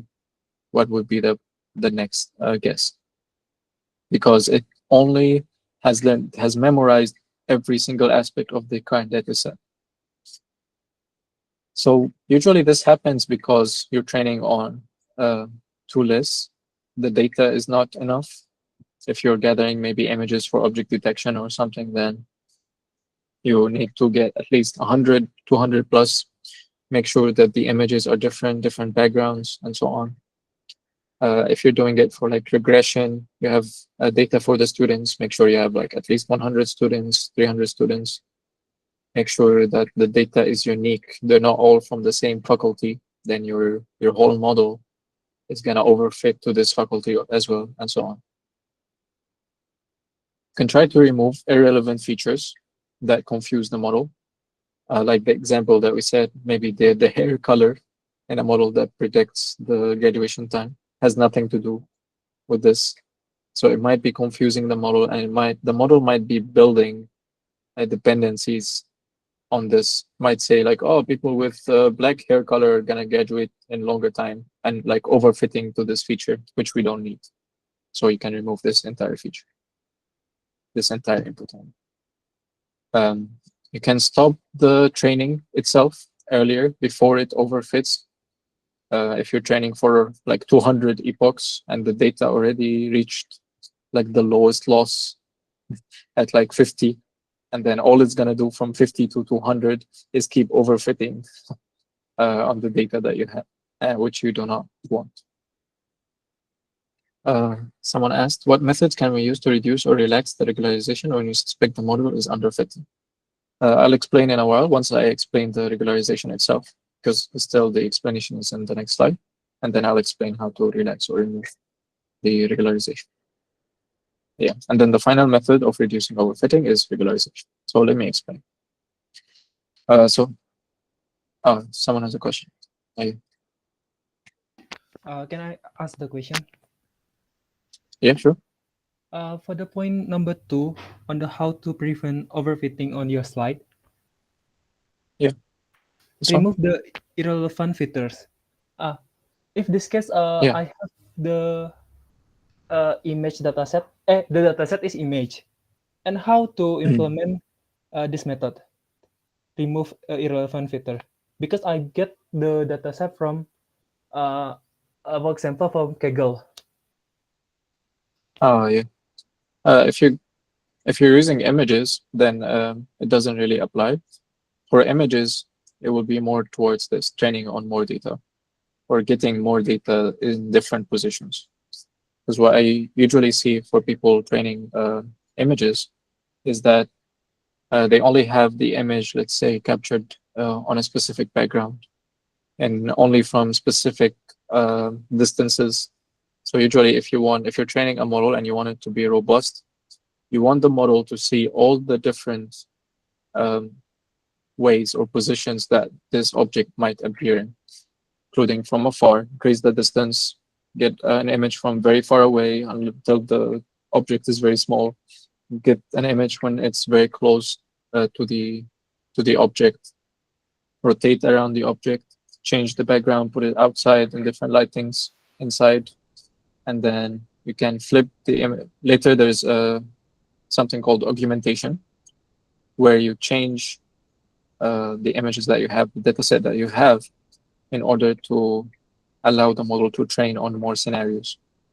So what you can do is flip the image, crop parts of the image, decrease the brightness, increase the brightness of the image, and add all of these images to the model so that the model learns that I'm not telling you to learn this specific image. I'm telling you to learn this object in whatever image background lighting it exists in.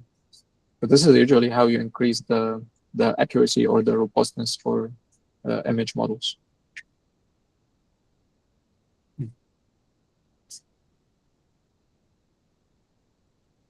Okay, so regularization. So regularization is just a technique that prevents overfitting. And there are two common forms of regularization. This one, L1, which is last soup, and L2 is rich. So all it does is it's a term that gets added to the loss function. And it usually penalizes or increases the cost depending on either the number of weights or the number of layers that the network has, the neural network has. So it's basically punishing the model for using more weights or punishing the model for using more layers or for having higher weights. So this is, for example, depending on the weight. This is the sum of the weights for layer squared. So for this layer. So if they have like very high weights that have overfit into a specific value, then this is gonna increase the value of this, which is gonna increase the overall cost. So when you have increased cost, you also you're trying to minimize the loss, the cost. So you're gonna change the weights in order to minimize this, to minimize these higher weights. Same with here, but this is an absolute value and not squared. They're all based on the value of the weights. So by relaxing or removing regularization means that you need to remove this from the term of the loss function. You're going to remove this. You're not going to use this this term. Okay.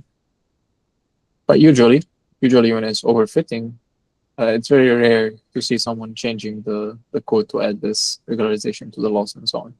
Usually it means that the data itself needs some tuning, some changes, or you need to stop the training earlier and you let it run for so long. Okay. There's also another technique called dropout. So what this does is also tries to reduce, it's a regularization technique. It also tries to reduce overfitting. And what it does is it basically eliminates randomly some of the nodes. It says like, this is not active anymore. This is not active anymore, and so on. So the ones that are left handle the calculation. So what this does is it forces all the nodes to be capable or able to give the correct output. Usually when overfitting happens, it means that one of the nodes, one of the weights are very high compared to the others, and it's influencing all of the others to follow a certain point. So when you force them to get disabled, or you force one of the others to get disabled, you're changing the weights of these ones that remain to also be able to give the correct output. So none of the network is not dependent on one of the nodes now, because you keep randomly removing some of them and forcing the others to perform well too by updating their weights. You have a more balanced network overall. And this is used. You see this used often if you're training, especially like CNNs or images and so on. You see these dropout layers. So does anyone have any question for this regularization and dropout?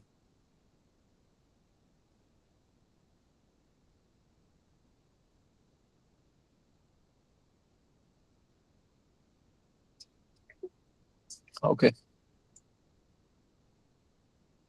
So let's discuss some of the common libraries for neural networks. So you have PyTorch and you have TensorFlow. And which one are you supposed to learn or use? In my personal opinion, PyTorch is much easier to learn at the beginning. It's more user-friendly, and it's really favored in the research and academic community because it enables, rapid prototyping, can build networks faster. You can achieve more complex models easier, and it has easier debugging. You can print a lot of stuff, figure out what's wrong, and so on. It's more user-friendly, PyTorch overall. So usually, if you're reading a research paper or writing a research paper, probably going to do it in PyTorch. Or if you want to learn neural networks, it's probably easier to learn PyTorch.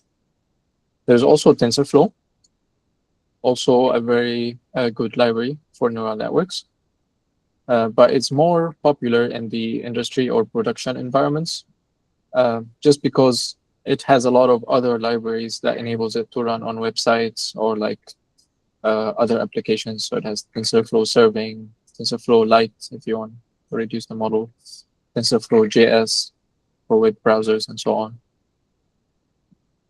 So yeah, that's why some of the companies still use TensorFlow.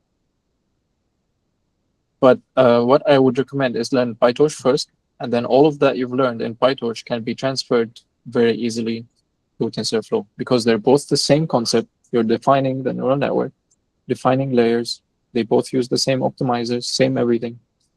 All that is different is the syntax, slightly different names and so on. So if you learn PyTorch, which is easier to learn, more user-friendly, the transition to TensorFlow is very easy, and you can directly start using TensorFlow.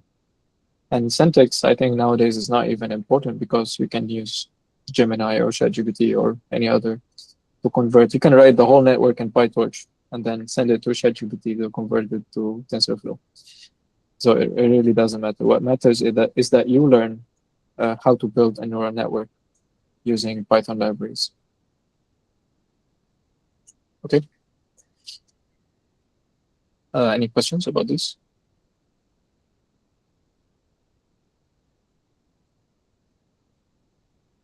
Okay. So now we have our first, or not first hands-on session. This will be our second hands-on session if you include the exercise. But this is not an exercise. This will be more of me going through the code and explaining the code for you. So the problem that we'll be trying to solve or build a model for is predicting house price. So this will be a regression problem because we're trying to predict a value. And the features or the inputs that we have are the number of square feet, so the size of the house, the number of rooms, how many rooms does the house have, the age, was it built like 20 years ago, 30 years ago, was it just recently built, and then the distance to the city, how far is it from the city center, and so on. And then the output that we want, the target, is the price of the house. So we'll use all of these in order to predict the price of the house. So let me first send you the Google Colab so you can also follow, and I'll explain the code directly. But maybe before that, I'll give you a short break, and also for people that want to pray Asr, and then maybe we'll continue at 4:55, something like this, and then we'll continue with the hands-on sessions.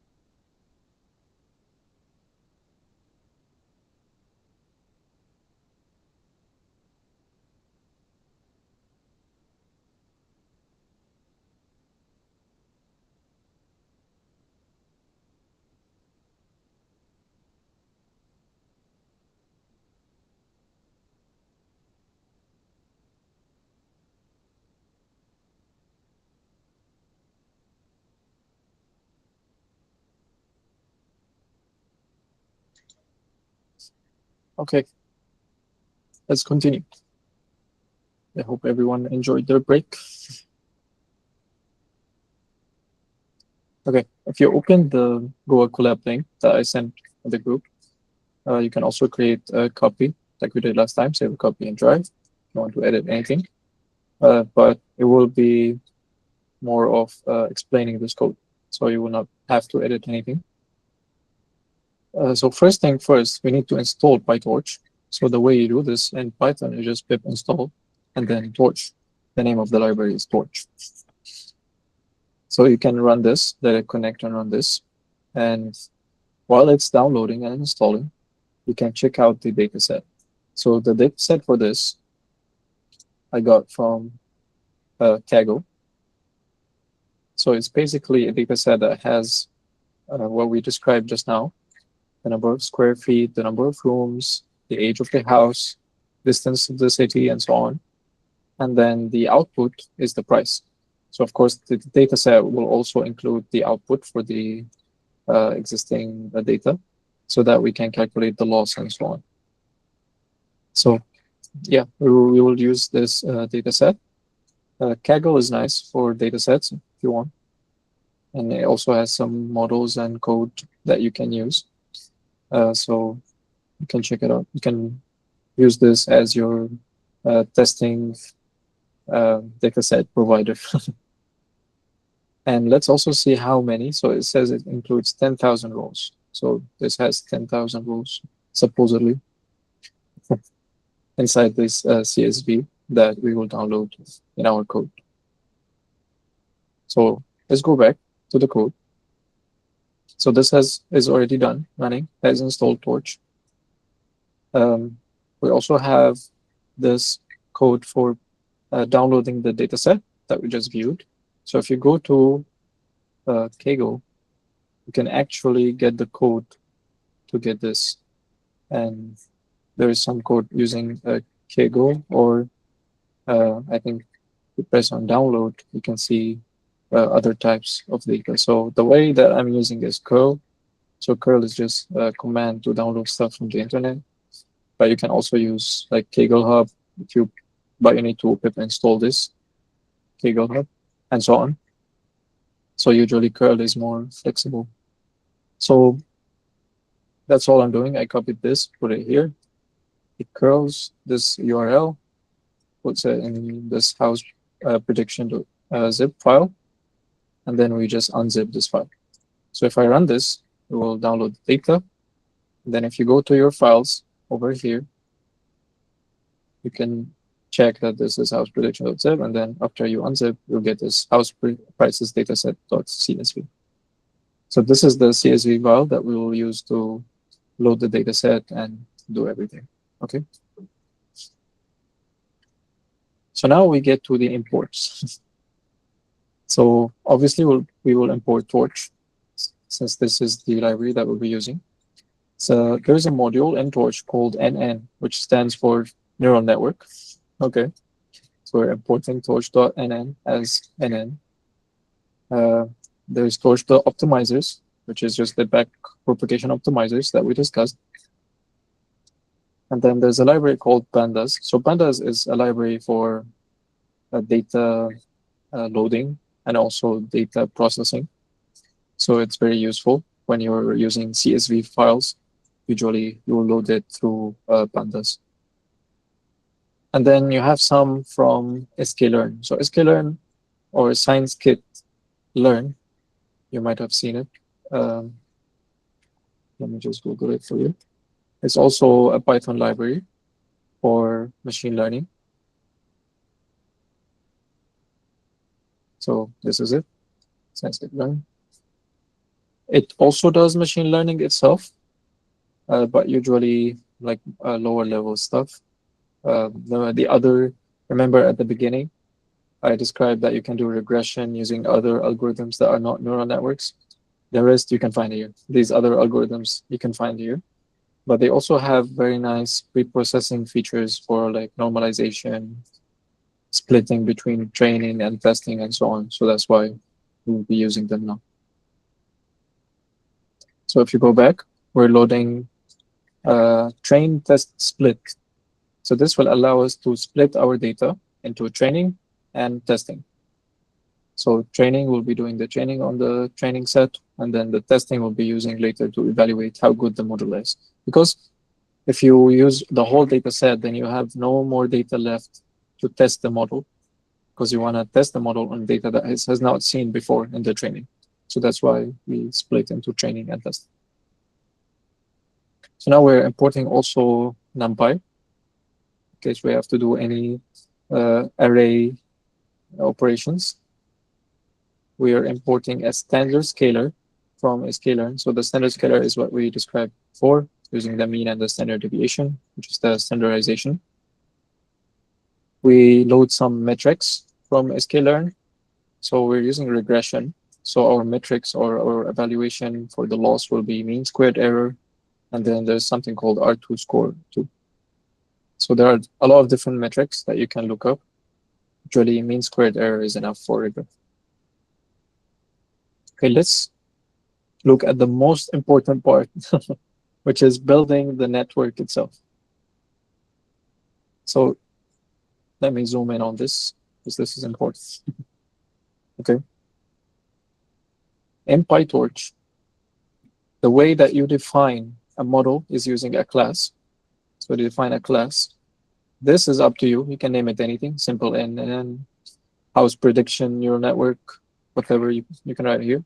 What matters is that this thing, this is the parent class. So this parent class is from Torch. This is NN, which is the neural network that we imported from PyTorch, .module. So any network that you're going to build using PyTorch is going to have the same look. The only difference is the name that you want to name it. Okay. They all extend the same NN module. And then in Python, this initialization function runs as soon as you initialize or use this class to create an object. So we can pass as many arguments as necessary. For this, for example, we want the input size, which is the feature size that we have.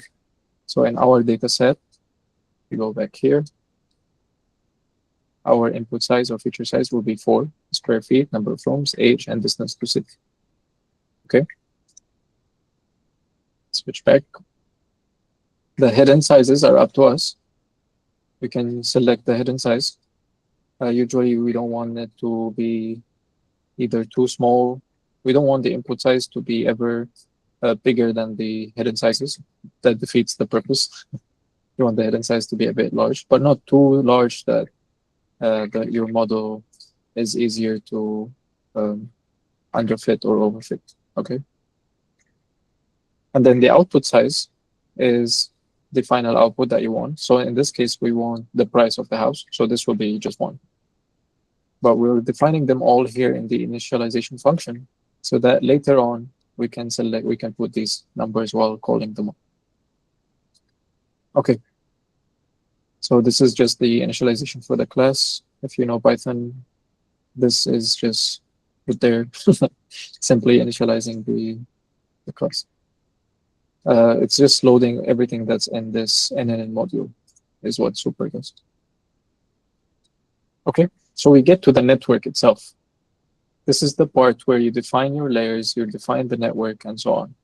So nn.sequential. Sequential means that these are going to run sequentially. They're going to run in order from the first one that you put here until the last in this order specifically. So our first layer, linear, means it's just a bunch of nodes in a line. If you remember, if I go back to the slide, a second, I'm searching for a slide that has a network. Okay, for example, in this would be one linear network, one linear layer, I mean. This is one linear layer, then this is one linear layer. Some others call it also fully connected layer, because it's a layer where all the nodes are connected to the next nodes. So it's fully connected. So these are the two names that you might find, fully connected or linear layer. Okay, let's go back. So for this linear layer, we have the input size, which is 4, as we discussed. And then the output size is the hidden size 1. So usually for the output size, you're just looking at the input size for the next one, okay?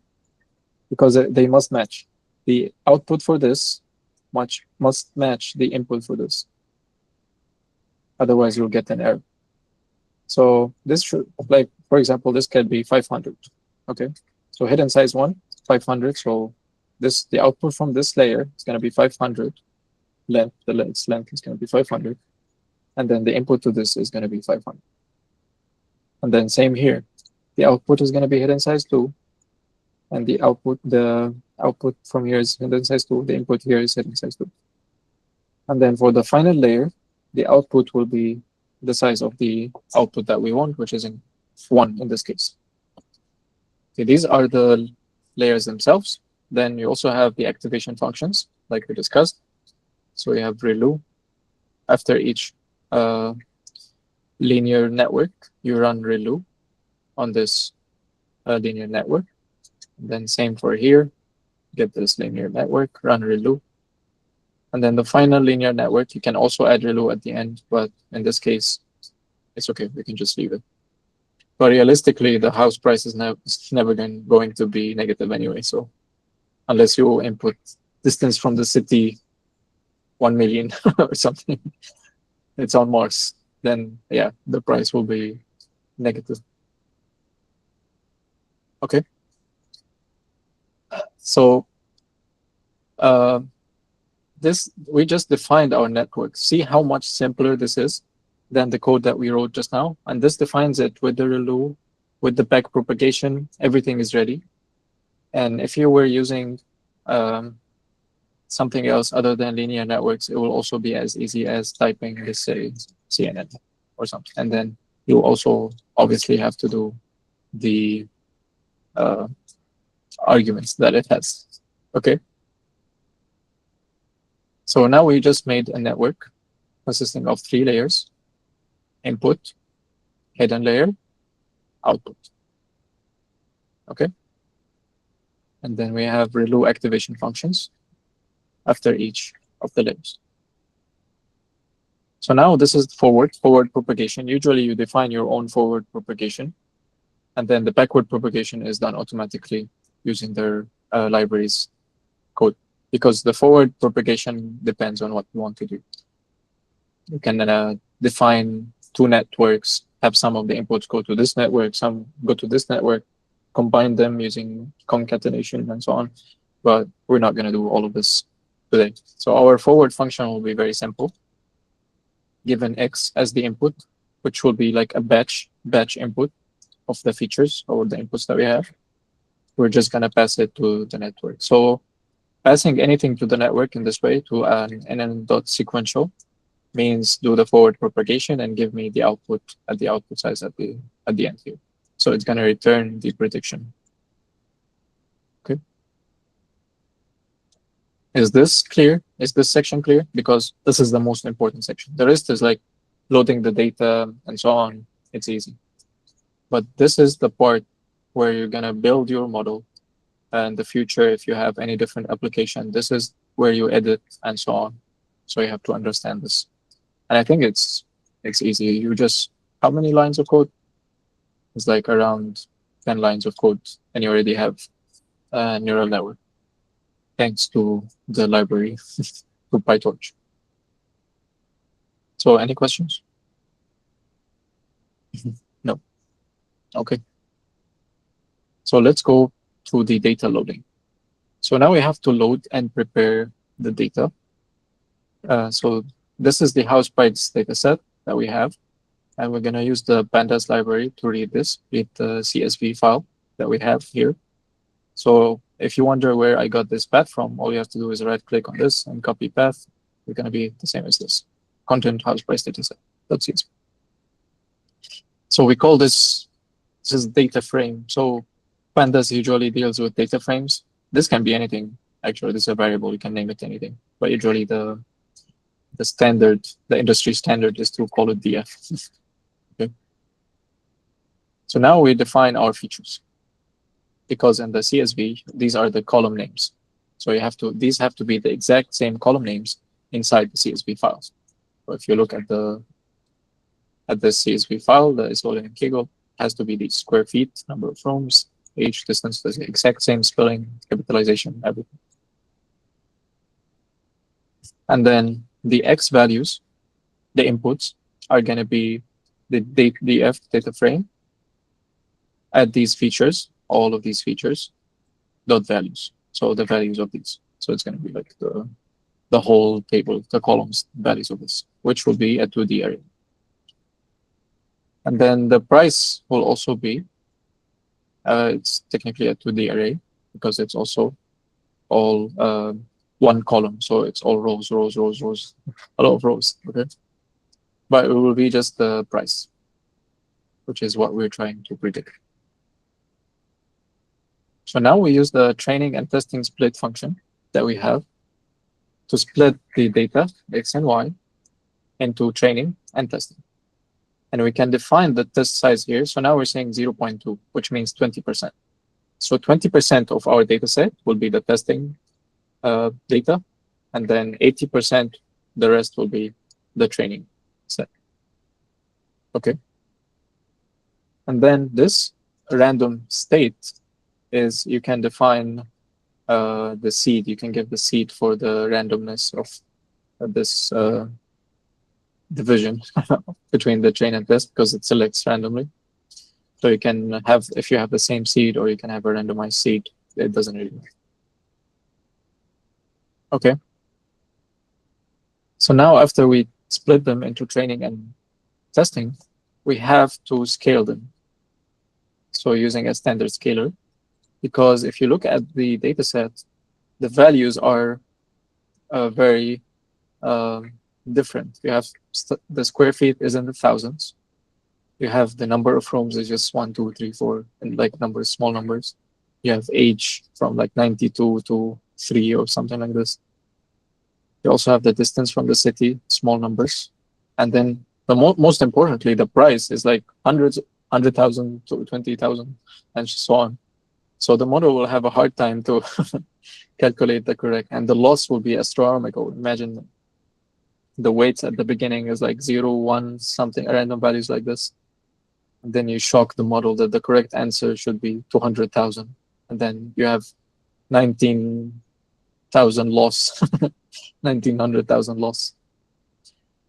Anyway, so you have to do standard scaling. So the way you do this is very simple because of the ScienceKit library.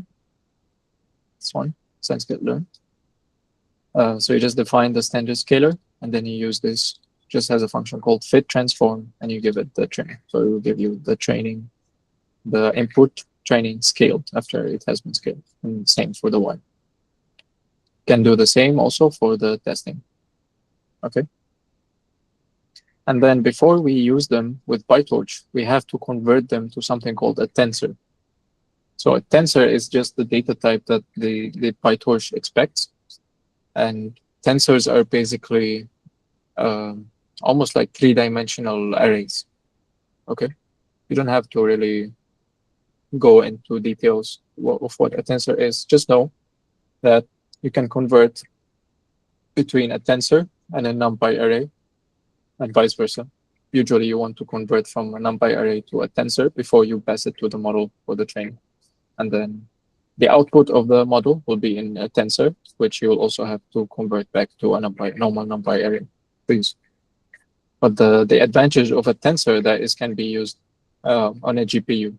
This is the most important part. Usually when they convert to tensors, then they convert it to a GPU to do the training on the GPU. So, okay, so this is the loading the data and preparation section.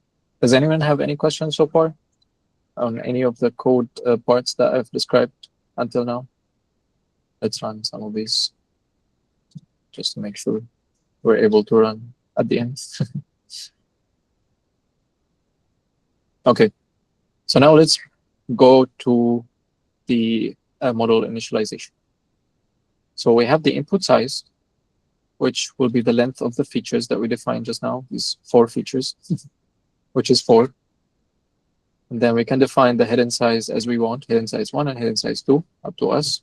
You can try, you can test. This is one of the parameters that you can tune. You can set to small values like these, you can set to higher values and see what happens, and so on. The output size will be just 1, which is the price of the house. And now we use the class that we defined above, the simple NN, and just pass all of these to the input. We also define the criteria that we want the loss to be in and the optimizer. So usually, now this is a regression task, so we're using mean squared error loss. And also PyTorch provides it, you don't have to write anything. So you can also select where you have the binary, cross entropy, and so on, depending on the task that you want to do. For regression, usually mean square error. And then the optimizer, as I mentioned, is usually Adam nowadays. No one uses anything else. And you can define the learning rate here. So this is also the parameters that you can change. Okay. And then this is the training code itself. So you can define the number of epochs, the more the better, but don't overfit the model too much. And then this is basically a stable loop that you'll find when using PyTorch. All you have to do is model.train. So this sets the model. So you can, in PyTorch, you can say, this is now the training mode, I'm going to train the model. Or you can later say model.eval. So I'm not going to train the model. So don't like change any of the weights or anything like that. It's also useful for like dropout layers. If you have dropout layers, you only want them to happen. You only want this dropout, the disabling of the nodes, to happen during the training. You don't want this to happen while you're actually using the model. So if you have any dropout layers and you put the model in the training mode, then the dropout will happen. Some of the nodes will disable. But if you go here and set it to evaluation mode, then they will stop the dropout. Even though you have dropout layers in your definition here earlier, even if you put here dropout errors, but then you set it to the evaluation mode, then it's not going to drop out any of the layers, any of the nodes. Okay. So as we discussed, just passing the X tensor to the model means do the forward propagation. So it does the forward propagation, gets the outputs, and then it calculates the loss based on the criteria that we define. So this is mean squared error as the outputs, and the Y-train tensor that we got from the dataset. Uses this to calculate the loss. And then we basically, this is just doing the backward propagation and using the optimizer. So first we clear the optimizer from any of the previous iterations. We set it to 0 again, return to 0. Then we calculate the loss backwards from the end to the first node. And then we use the optimizer to update the weights using this loss. That's all. That's all it does. And then this is just printing, oh, we're in this epoch, and then keeps repeating for the amount of epochs that you set. So in this case, we're not doing many patches. We're giving the whole dataset to the model, which is only doable because our dataset is just numbers. So it's very light on the memory and so on. If we're using images, probably would be much more difficult to do this. So let's run this and also let the model start training while we explain the rest of the code. Okay, so this is the evaluation code. So usually after you're done training the model, you want to evaluate how good is this model. So all you have to do is put the model in evaluation.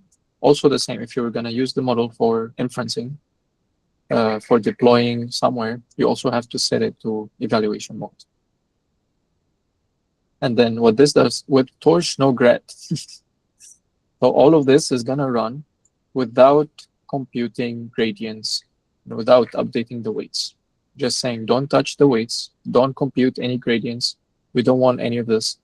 All we need now is for the model to run. We're not training, we're not doing any training. We don't want to edit anything in the model. We're just using it now. So now we're going to use the test tensor. We're going to pass the test tensor to the model, and then we'll get the outputs. So these outputs, we're also using them to calculate the loss based on now the y-test tensor. This is like a mean squared error that we defined above. Then we get the loss.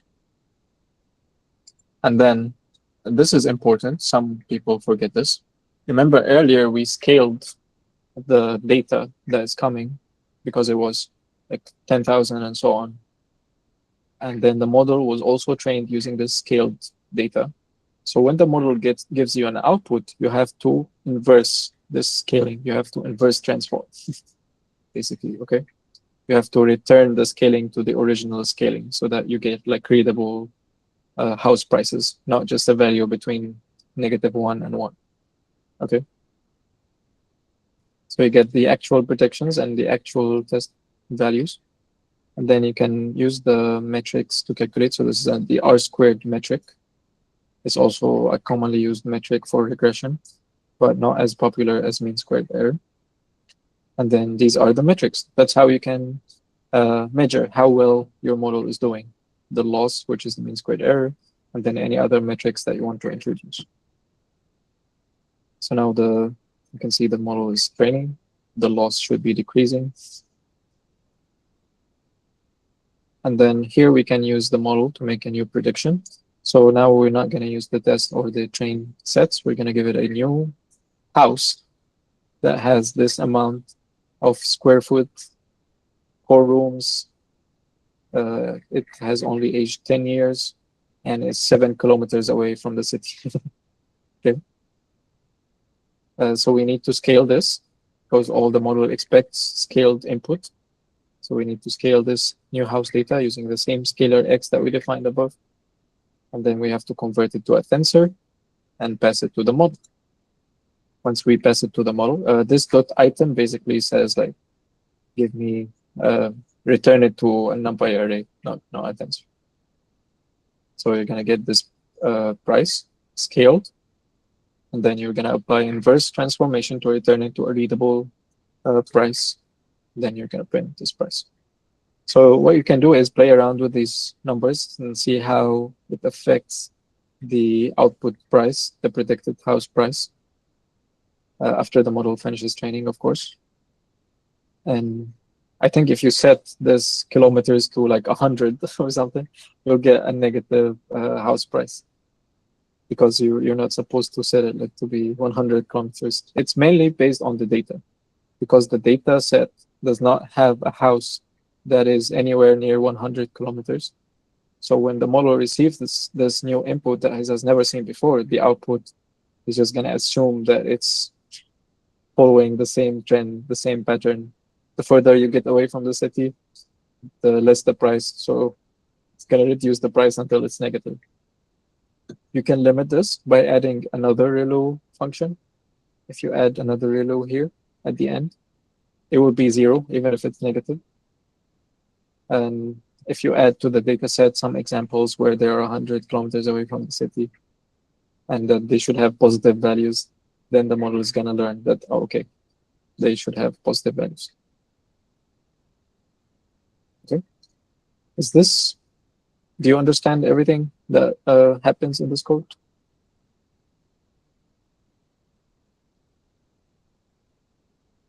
If you understand this code completely, then you probably, yeah, so much code, yeah. It is a lot if you have never seen PyTorch code before, but this is one of the most simplest models.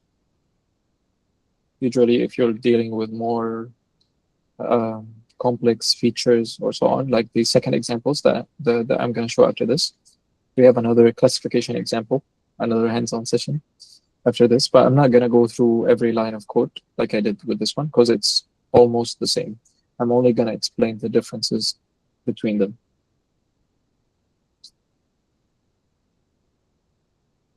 And you have this code, you can study, you can send it to Gemini or ChatGPT to explain the code more, or you can rewatch this video after we send it on the WhatsApp group or whatever other platform that the Google Developer Club. will provide for you guys. Okay, the training is complete. Can do some evaluation. So the test loss is 0.0493. You can compare this to the training loss. So if you see the training loss, 0.034. The training loss is almost always going to be lower than the test loss because it has never seen the test data before, and it's highly likely that it will have more loss on this test data. And then this is the R-squared metric, if you're interested in this.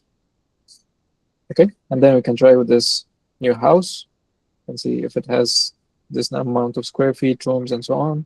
It should be $307,000.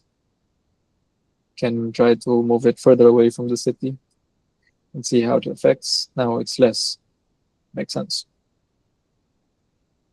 You can try to increase the number of rooms and the price should increase. Now it's almost back to 300,000 again. So now you have like an intelligent house prediction methods. You can create a website, call it an AI house predictor, and become rich in 5 seconds. Okay. So any question for this?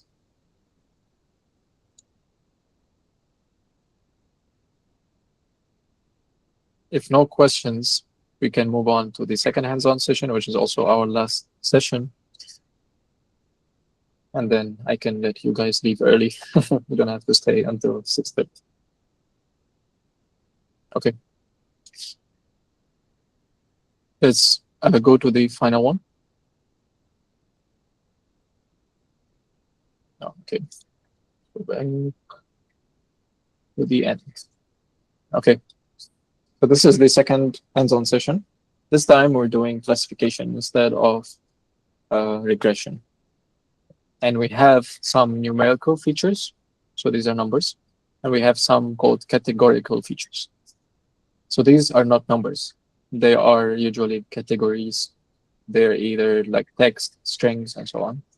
So usually this is the case in a lot of data sets, actually. For example, the sex of the person, male or female, chest pain type, I don't know, medical stuff, and so on. And then we're trying to, the output that we want to get is either 1 or 0. Either this person has a heart disease or does not have a heart disease. Okay. So this is classification this time. And we have a lot more features, and we have to handle the categorical features. So let's go and discuss directly this code. I'll also send it to you so you can follow. Second.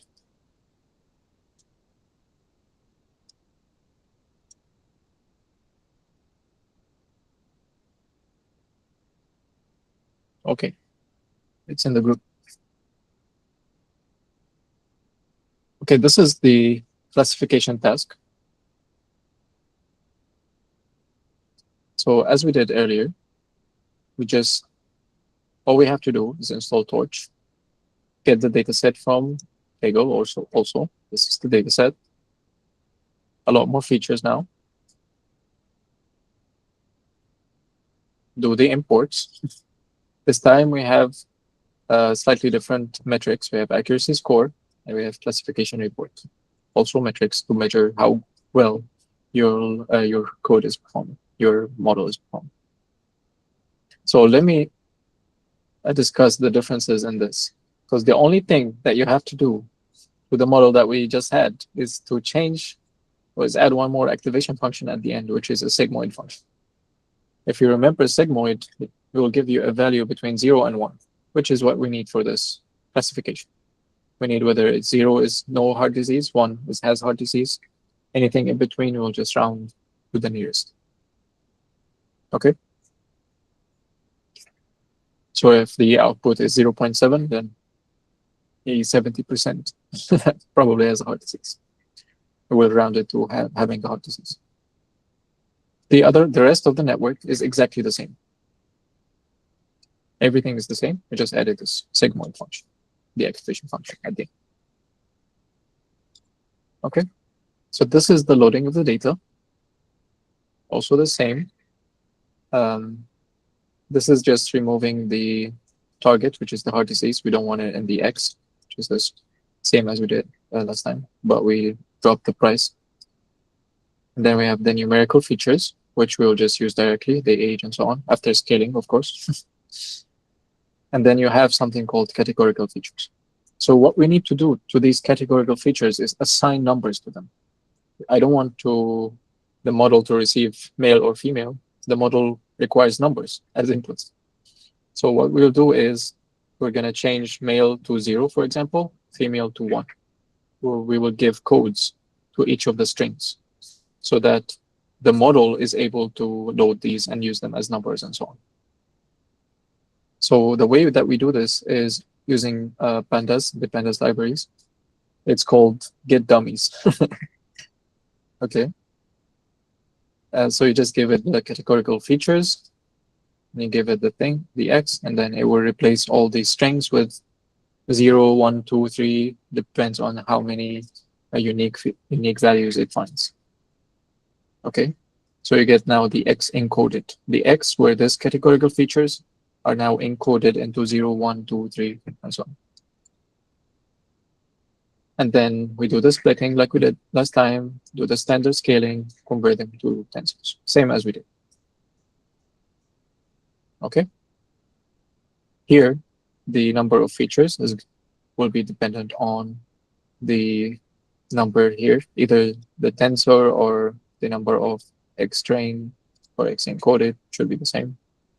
The hidden size we've increased a bit since this has more features, so it makes sense to increase the hidden size a bit. So now it's 1 to 864. The rest are the same, initializing the model. We only want one output, 0, 1. Now the criteria that we use for loss is not mean squared error, it's binary cross entropy loss. The same that we described previously for classification.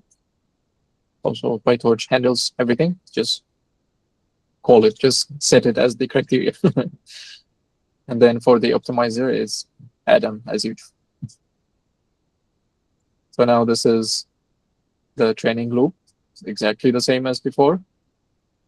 Evaluation. The only difference is now the predicted class. We're going to get the outputs. We're going to have this condition checking whether they're greater than 0.5 or no. So this basically will return 0 or 1, true or false, right? If it's greater than 0.5, it will return 1. If it's less than 0.5, it will return 0. Because this is a comparison. And then you get these predicted classes. You compare them with the actual classes that we have in the data set, and you get the loss. Cross entropy loss, you get the accuracy from the metrics that we loaded from scikit-learn, and you get the classification report.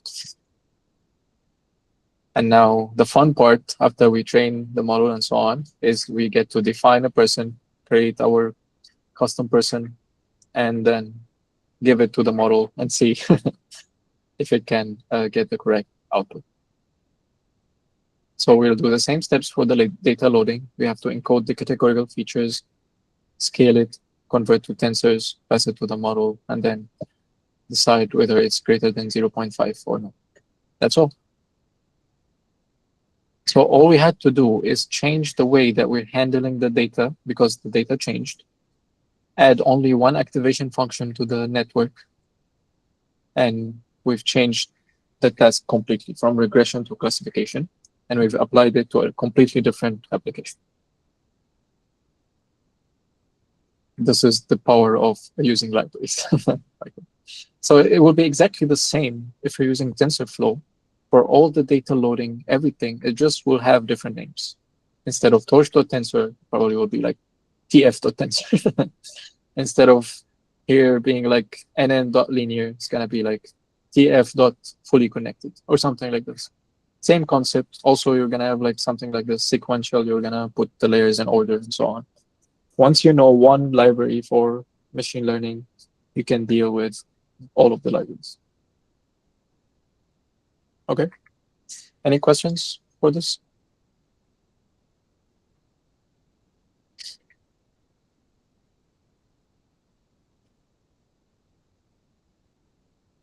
You have this code anyway. You can explore this. You can ask Gemini to explain this code and so on. You can dive deeper into the optimizer or the available options. I encourage you to try to change this hidden size, see what happens. Um, Try to change the learning rate, see what happens. Maybe use another loss method. Try different optimizers other than Adam if you want to try, see how it goes. Change the number of the epochs, play around as much as possible, explore how everything affects, because at the end of the day, it all requires like some sort of sensing capability.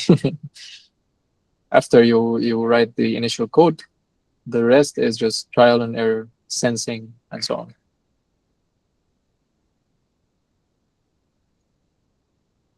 Okay. We're basically done. I just want to leave you with some resources that you can use to learn more. Kaggle itself has some tutorials, some very nice tutorials. If I go to Kaggle, there's a tab here that's called Learn. And it has intro to programming from the beginning, Python, intro to machine learning, intermediate machine learning you can go through. Some of them are very useful, especially these at the beginning. You can ignore the rest. You don't need SQL unless you're computer science and you want to, or you're any engineering, but you want to do databases for anything. Anyway, maybe from Python to intermediate machine learning, maybe deep learning, and so on, if you want to learn more. If you master all of this basics, I think you can just follow our bootcamp, because we'll go through also CNN, transfer learning, and then a bit into reinforcement learning at the end throughout this series bootcamps that's going to happen. So you can follow along, or if you want to learn on your own, you can follow this, or PyTorch themselves also have some tutorials. These are the PyTorch tutorials. You can learn more basics and so on. They have some YouTube channels and so on, if you want to go deeper into PyTorch. And I encourage you to not get stuck too much in like the tutorial hell. They call it tutorial hell, where you just keep learning syntax and you keep learning about these libraries, but you actually do no projects. It's much more efficient, much more easier to do a project. Choose a project that you want to do, any idea that you have, predict anything using anything as inputs, and you will learn so much more using this than following these random tutorials, because you will do it yourself. You will think about how to do this. You will learn from your mistakes in this thought process. So it's much more efficient and much more rewarding when it works at the end. Yeah, that's all. That's all for me. If you have any questions, we can do a Q&A session, or I can pass back to the hosts.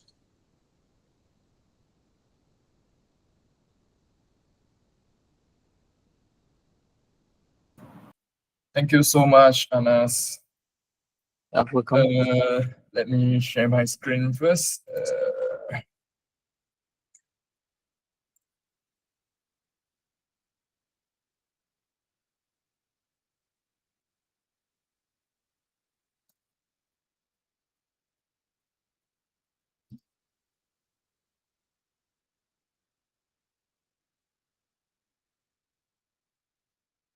So we'll have our Q&A section. The floor now open to you guys. If you have any question, you can type your question into the chat and I'll read up them for Anas.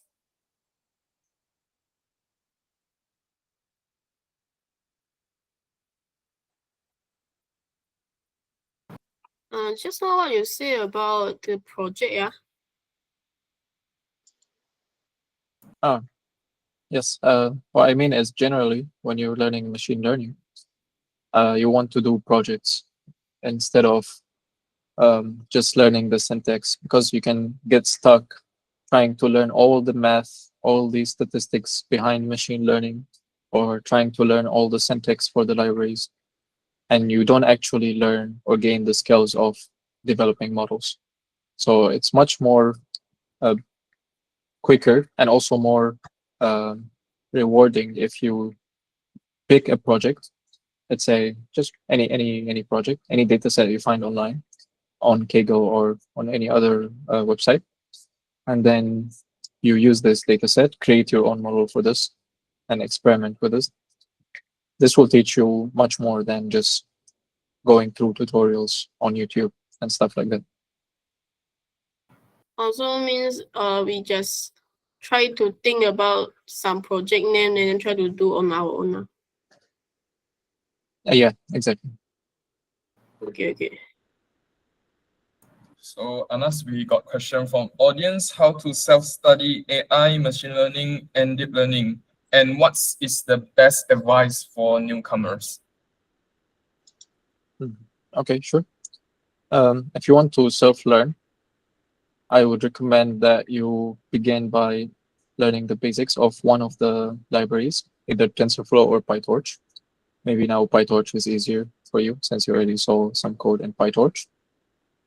And then from then you just select the, they're called architectures of the neural networks. For example, the one that we just now did is just a basic neural network. There's also CNN, convolutional neural network. You can tackle this usually with images. And then you go and topic by topic, learn how it's built, how you can write it in code, maybe do a project using this architecture. And then that's all. You've mastered it. Move on to the next one. It's good to have, at the beginning, a wide understanding of all of the architectures. And then slowly build your expertise in each of them. For the websites and so on, I think the ones that I shared, Kaggle and PyTorch. There's also Hugging Face. Let me send the link for Hugging Face. They also have a tutorial section. You can follow their tutorials. They're very nice, very structured. But I'm not sure if they're using their library or not. Hugging Face is also one of the more recent libraries that use their own library, usually for transformers. So transformers is also one of the other architectures for machine learning, but it's a bit more advanced. So you might need to wait a bit before you go into transformers. That's basically it. You just try to find the application that you want to use the AI for, and then you learn the technology behind it. So usually either you want to do object detection, so you're going to learn more into CNNs, dive into CNNs, popular architectures like YOLO, MobileNet. You can find out what exactly are the layers inside the model, and so on. This is what usually you need to do as an AI engineer or developer.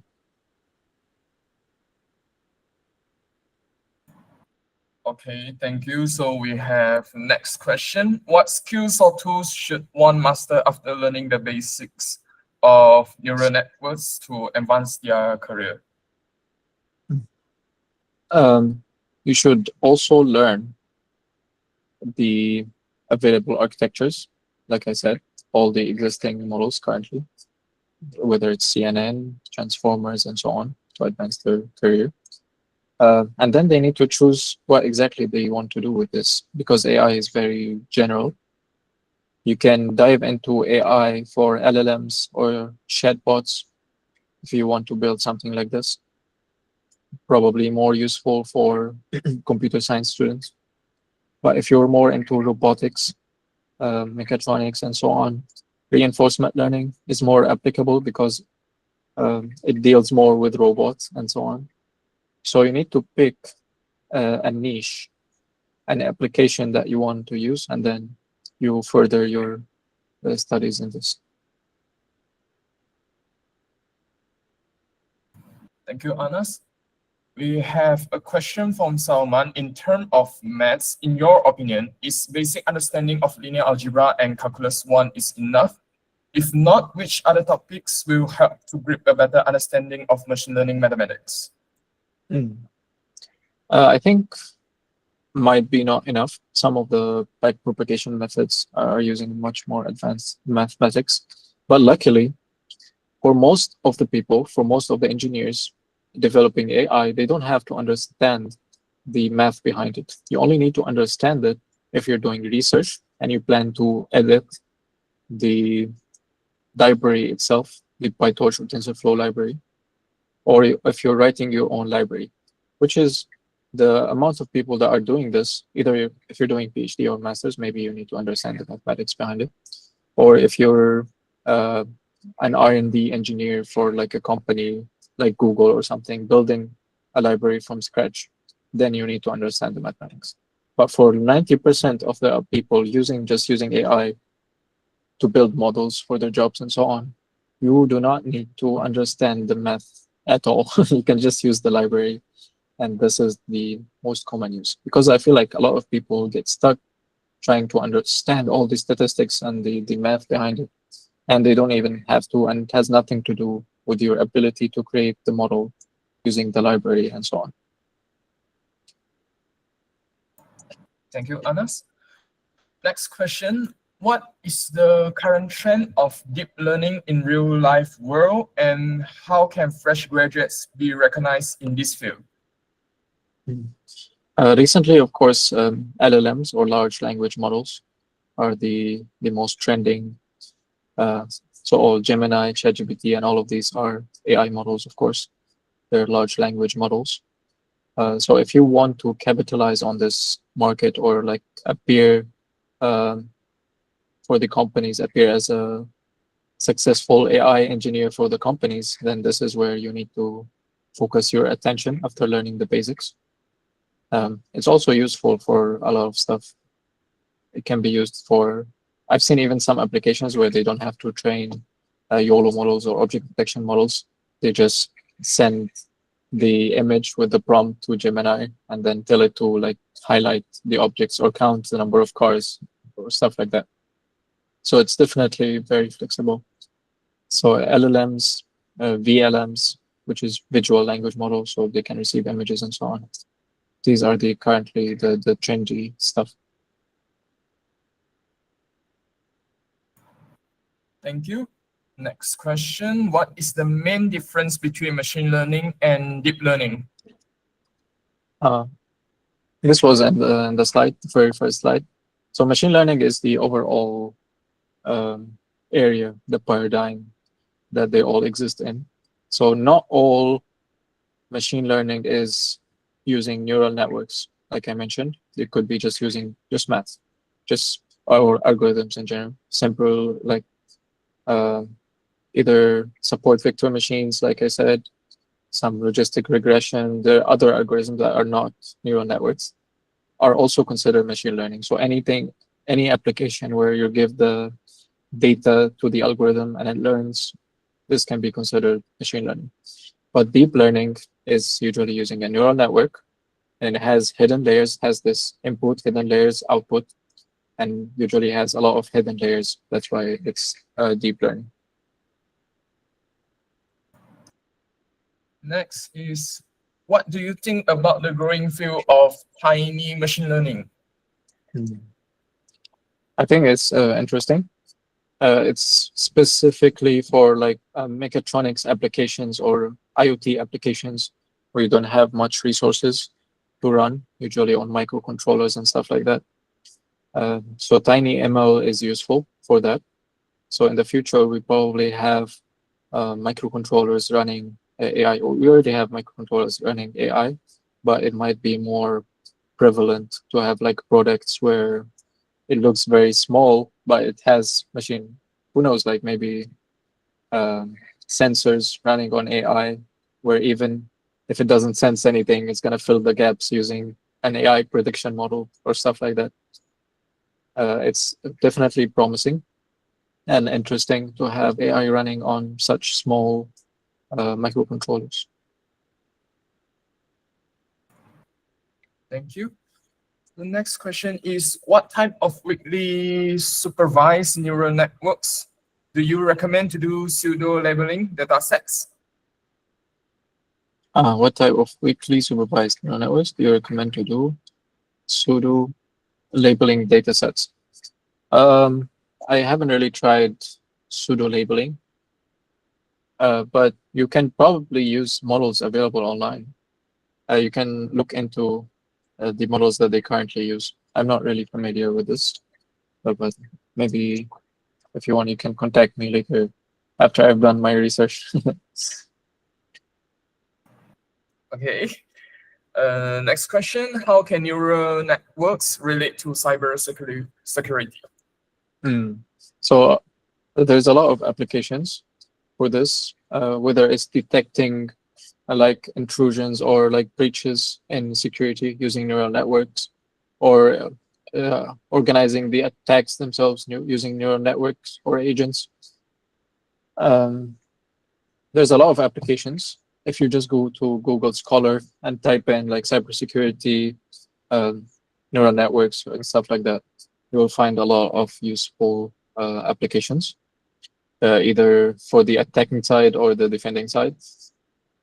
It's definitely usable in cybersecurity, and yeah, you can explore. You can find probably GitHub repositories and play around. Next question: how can we integrate AI skills to support schoolwork efficiency? Usually when it comes to schoolwork, you're looking more into the available LLMs like Gemini, ChatGPT, DeepSeek, and so on. One common usage is when you're like writing something, an assignment, and so on. Of course, obviously, you don't just tell it to write the assignment and then copy it. But instead, what you can do is you can tell it to generate the headlines or the bullet points that you can use to write your own assignment or essay and so on.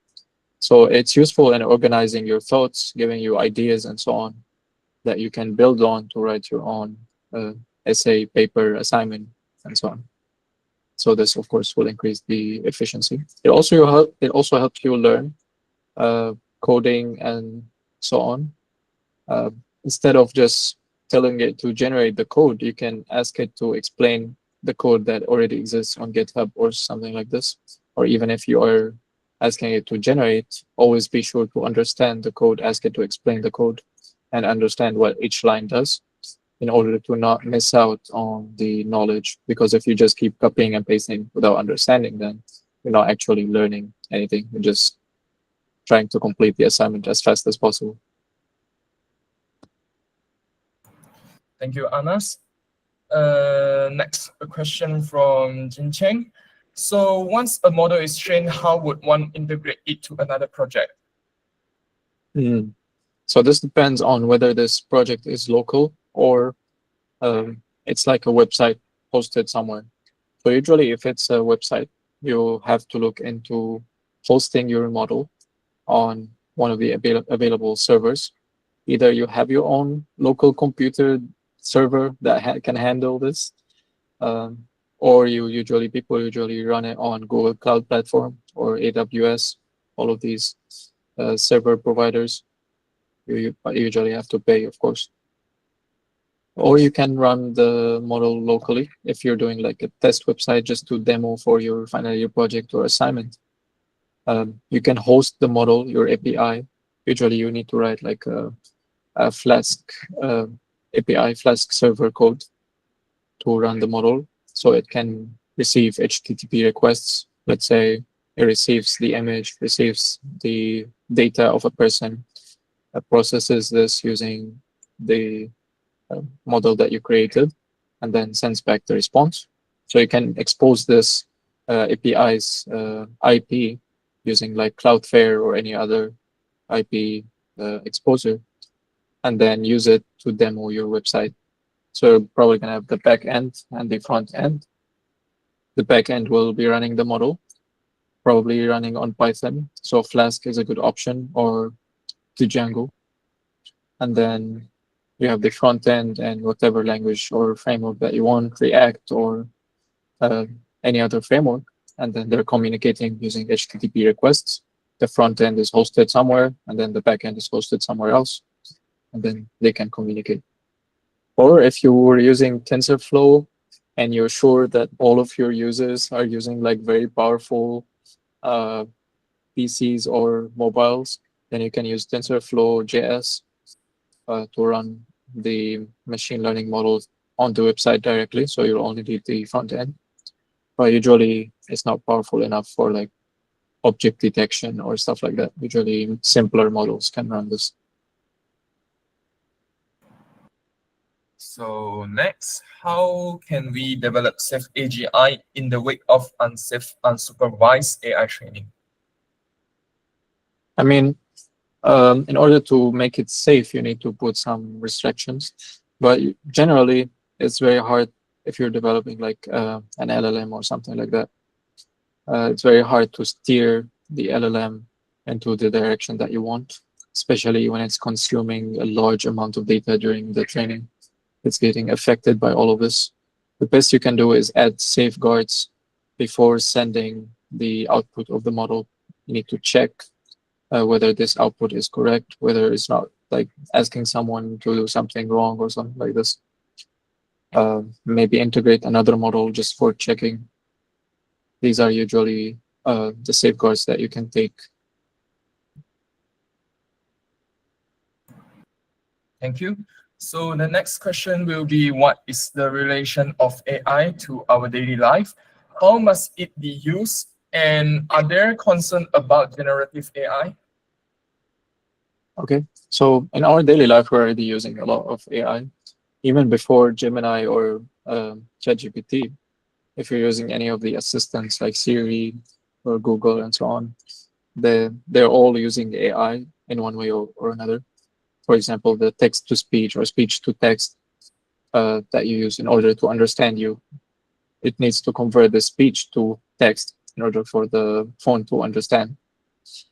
So this is done using a neural network, and then the response that it generates and so on. All of this is done using neural networks. There's a lot of examples, other examples for this. So we're already interacting with them, and now even much more because of Gemini and ChatGPT and these LLMs. And then the second part of the question, generative AI, I think as we need to discuss the impact of the generated content, there needs to be policies and so on. So this is more toward the policy making from the country perspective, from each country, and how it affects the artists of this, like people who have their art stolen by the generative content and so on. But for like generating text, we just need to be responsible, not to just generate everything, copy and paste without understanding and editing the content and having a clear understanding of everything that you're supposed to be doing or writing. Okay, thank you, Anas. Next question will be, if data set is image, voice, and video, which library is useful? And for an MT5 trading data sets traders to make a model for fraud detection, which library is more useful? So if you have a lot of types of input like this, you need to use, they're called multimodal models. So they have a lot of inputs, usually a VLM. So VLM will be able to process an image. A voice will probably need to convert first. So all of these are additions to an existing model. You probably need, let's say your base model, your LLM is Gemini. All of this is pre-processing before the data goes into the model. So the image can be used, can be pre-processed using Qwen. There's a model called QN that probably pre-processes the images and then generates a caption that can be passed to the LLM, for example. Voice is the same. You need to use a speech-to-text model, train it, and so on in order to give it any speech, translate it to text. This text can be passed to the main LLM or the main model. Same for video and so on. So usually when you're designing the architecture of a large system that has a lot of inputs like this, you need to first determine the type of the input that is coming, pre-process it using the appropriate model, then give this output that is all being pre-processed to your main model that then runs whatever your main model does or whatever the prompt is. And then for an MT5 trading dataset, traders to make a model for fraud detection, which library is more useful? I mean, this can be done with any of the libraries. You can run PyTorch, TensorFlow, and some people here are referencing XGBoost as well. All of these can be used. Some of them are more or less efficient depending on the task, but these running PyTorch and TensorFlow are the most commonly used one. XGBoost can sometimes be used to improve the performance a bit because it's highly efficient. But if you're developing a model from scratch like this, you should not worry about efficiency at the beginning. You should worry about making the model work, and then you can slightly or slowly replace the model, the modules that you have with more efficient ones. Thank you, Anas. Next question will be how to determine the suitable pre-trained model for integration when build a hybrid learning model. Again, a suitable pre-trained model? Yeah, suitable pre-trained model. You just want to find the model that is trained on the data that is the closest thing you have to your data. So you're trying to find a model that has already been pre-trained on data that is very similar to the one you have. If you cannot find any, then you just need to select the model with the best architecture for your input.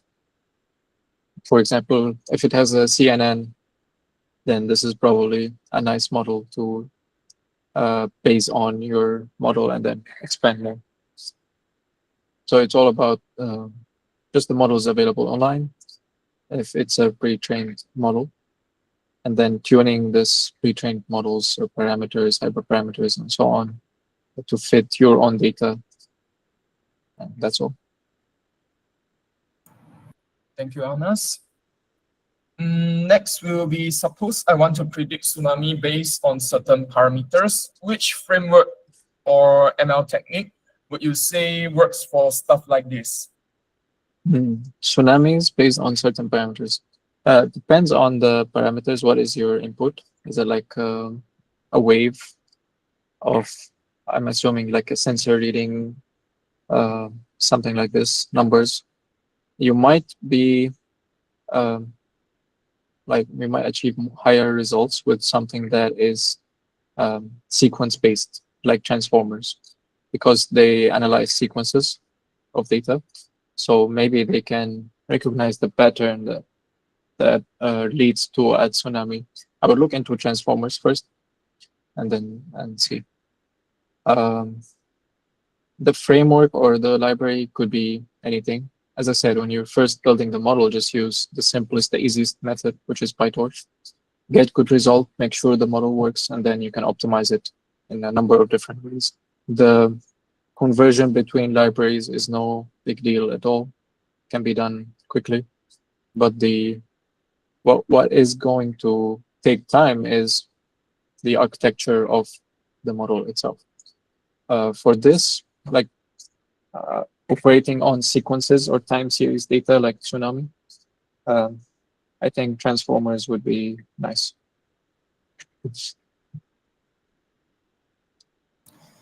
Thank you. So next question will be, what level of accuracy can be considered good or reliable for evaluating model performance? And how can we distinguish generally high accuracy that reflects strong generalization capability from excessively high accuracy? Usually the accuracy depends on the data. So if you have a very large data set, then the expected accuracy should be very high.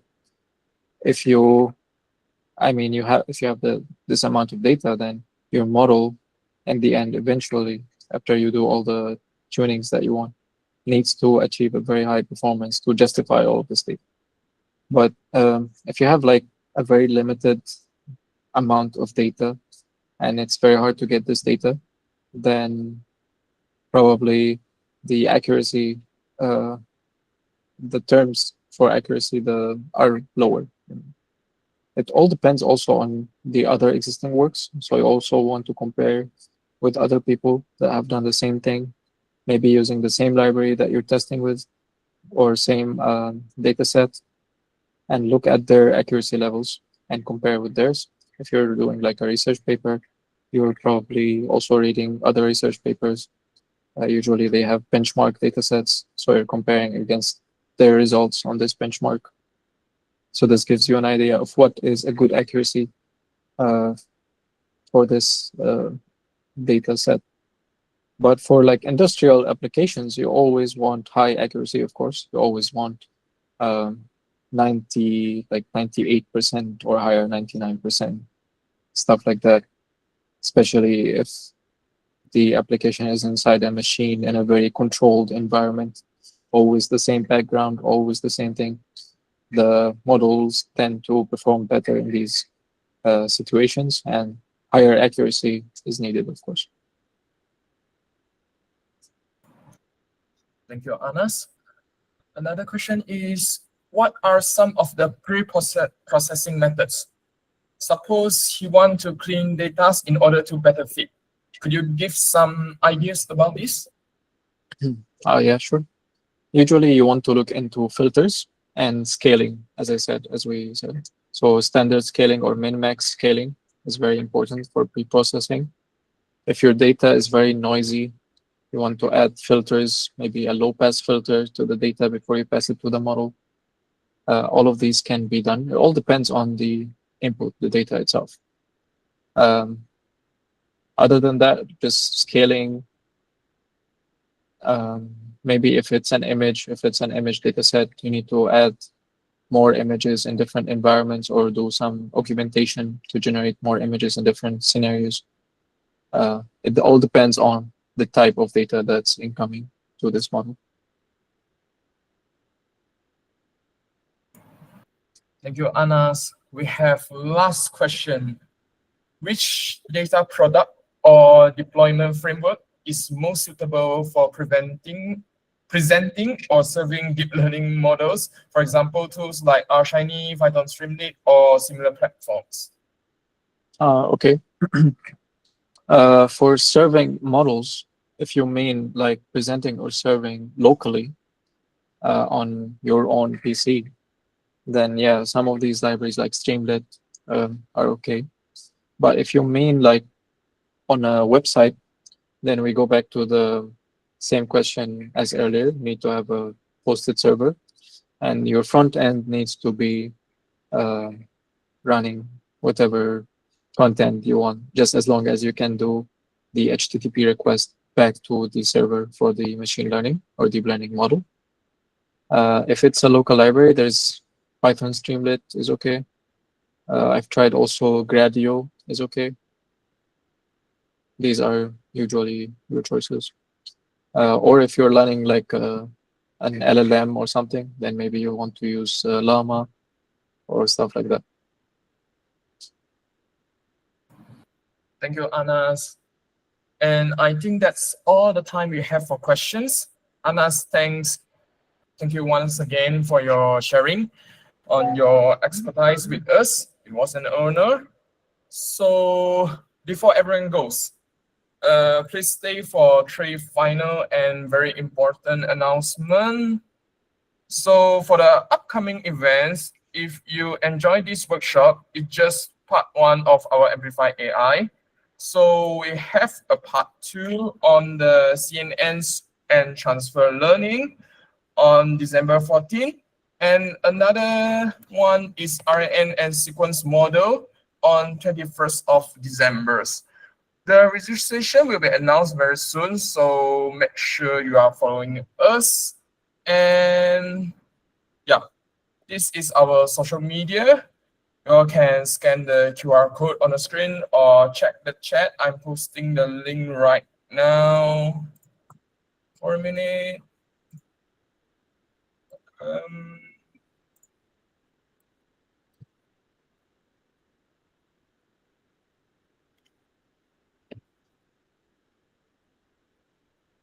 Yeah, I posted in chat. So please join our Telegram channel and follow our Instagram.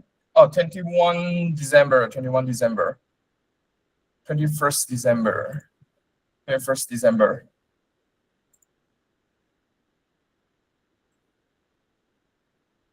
So you all can get updates in our further events, including the next part of this booth camp.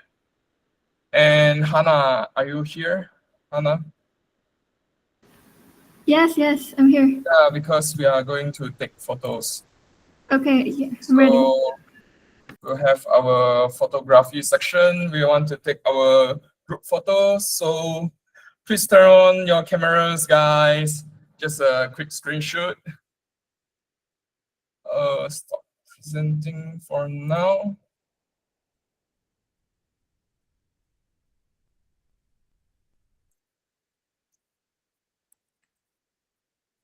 Yeah. Yeah, there will be a certificate. I will send the Google Form link later after all the stuff is done. Could you guys open the camera?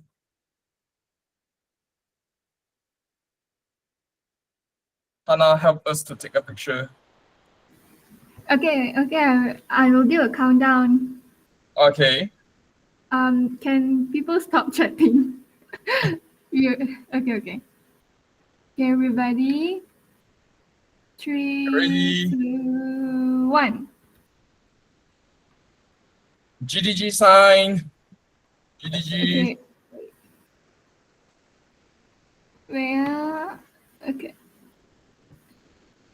Okay, another one.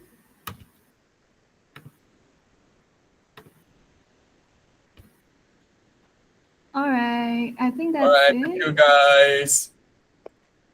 So share back the screen.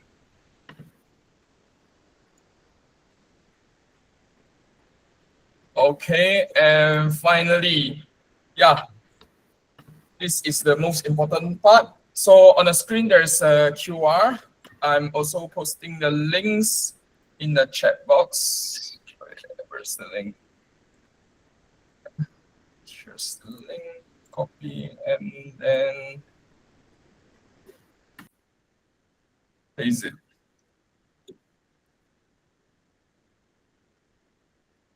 So you must fill out this form. This form is for 3 things. One is for your official attendance, and then for the merit, and also for the certificates. So the form will be closed at 6:30, I think. 6:30. Anas, a question for you. Oh, yeah, sure. Could they get your LinkedIn or socials account? Yeah, of course. I can send it to the group. It's better to use the student email to answer the Google form. Yeah, the people not from UTM also get the certs.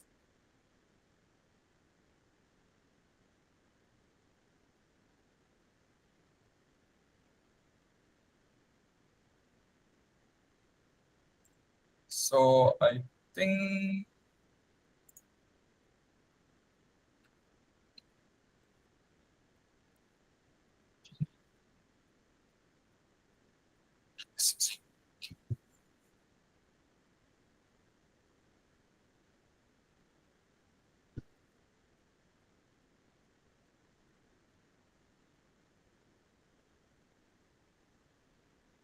I think that's all from us. Anas, anything to add on? Just if you have any more questions, you can text me on my number is in the group, and I'll try to answer as soon as possible. All right, thank you, Anas. So on behalf of the entire GDG on-campus UTM teams, thank you for your attending, and we hope to see you soon on our next section. And hello. yeah, Can I ask, we need to use student email or personal email to fill up the form? yeah, you can use both, no problem. Both. Yeah, you can use either one.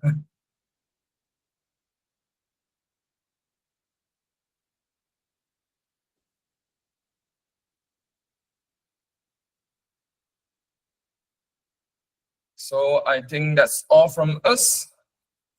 Thank you, and then I'll see you when I see you.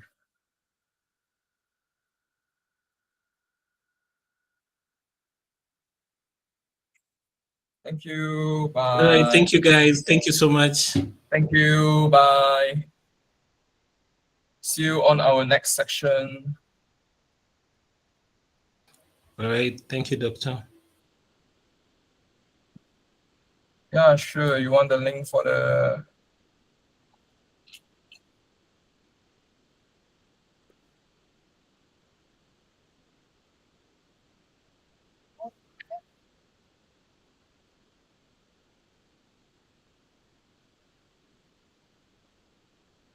Thank you.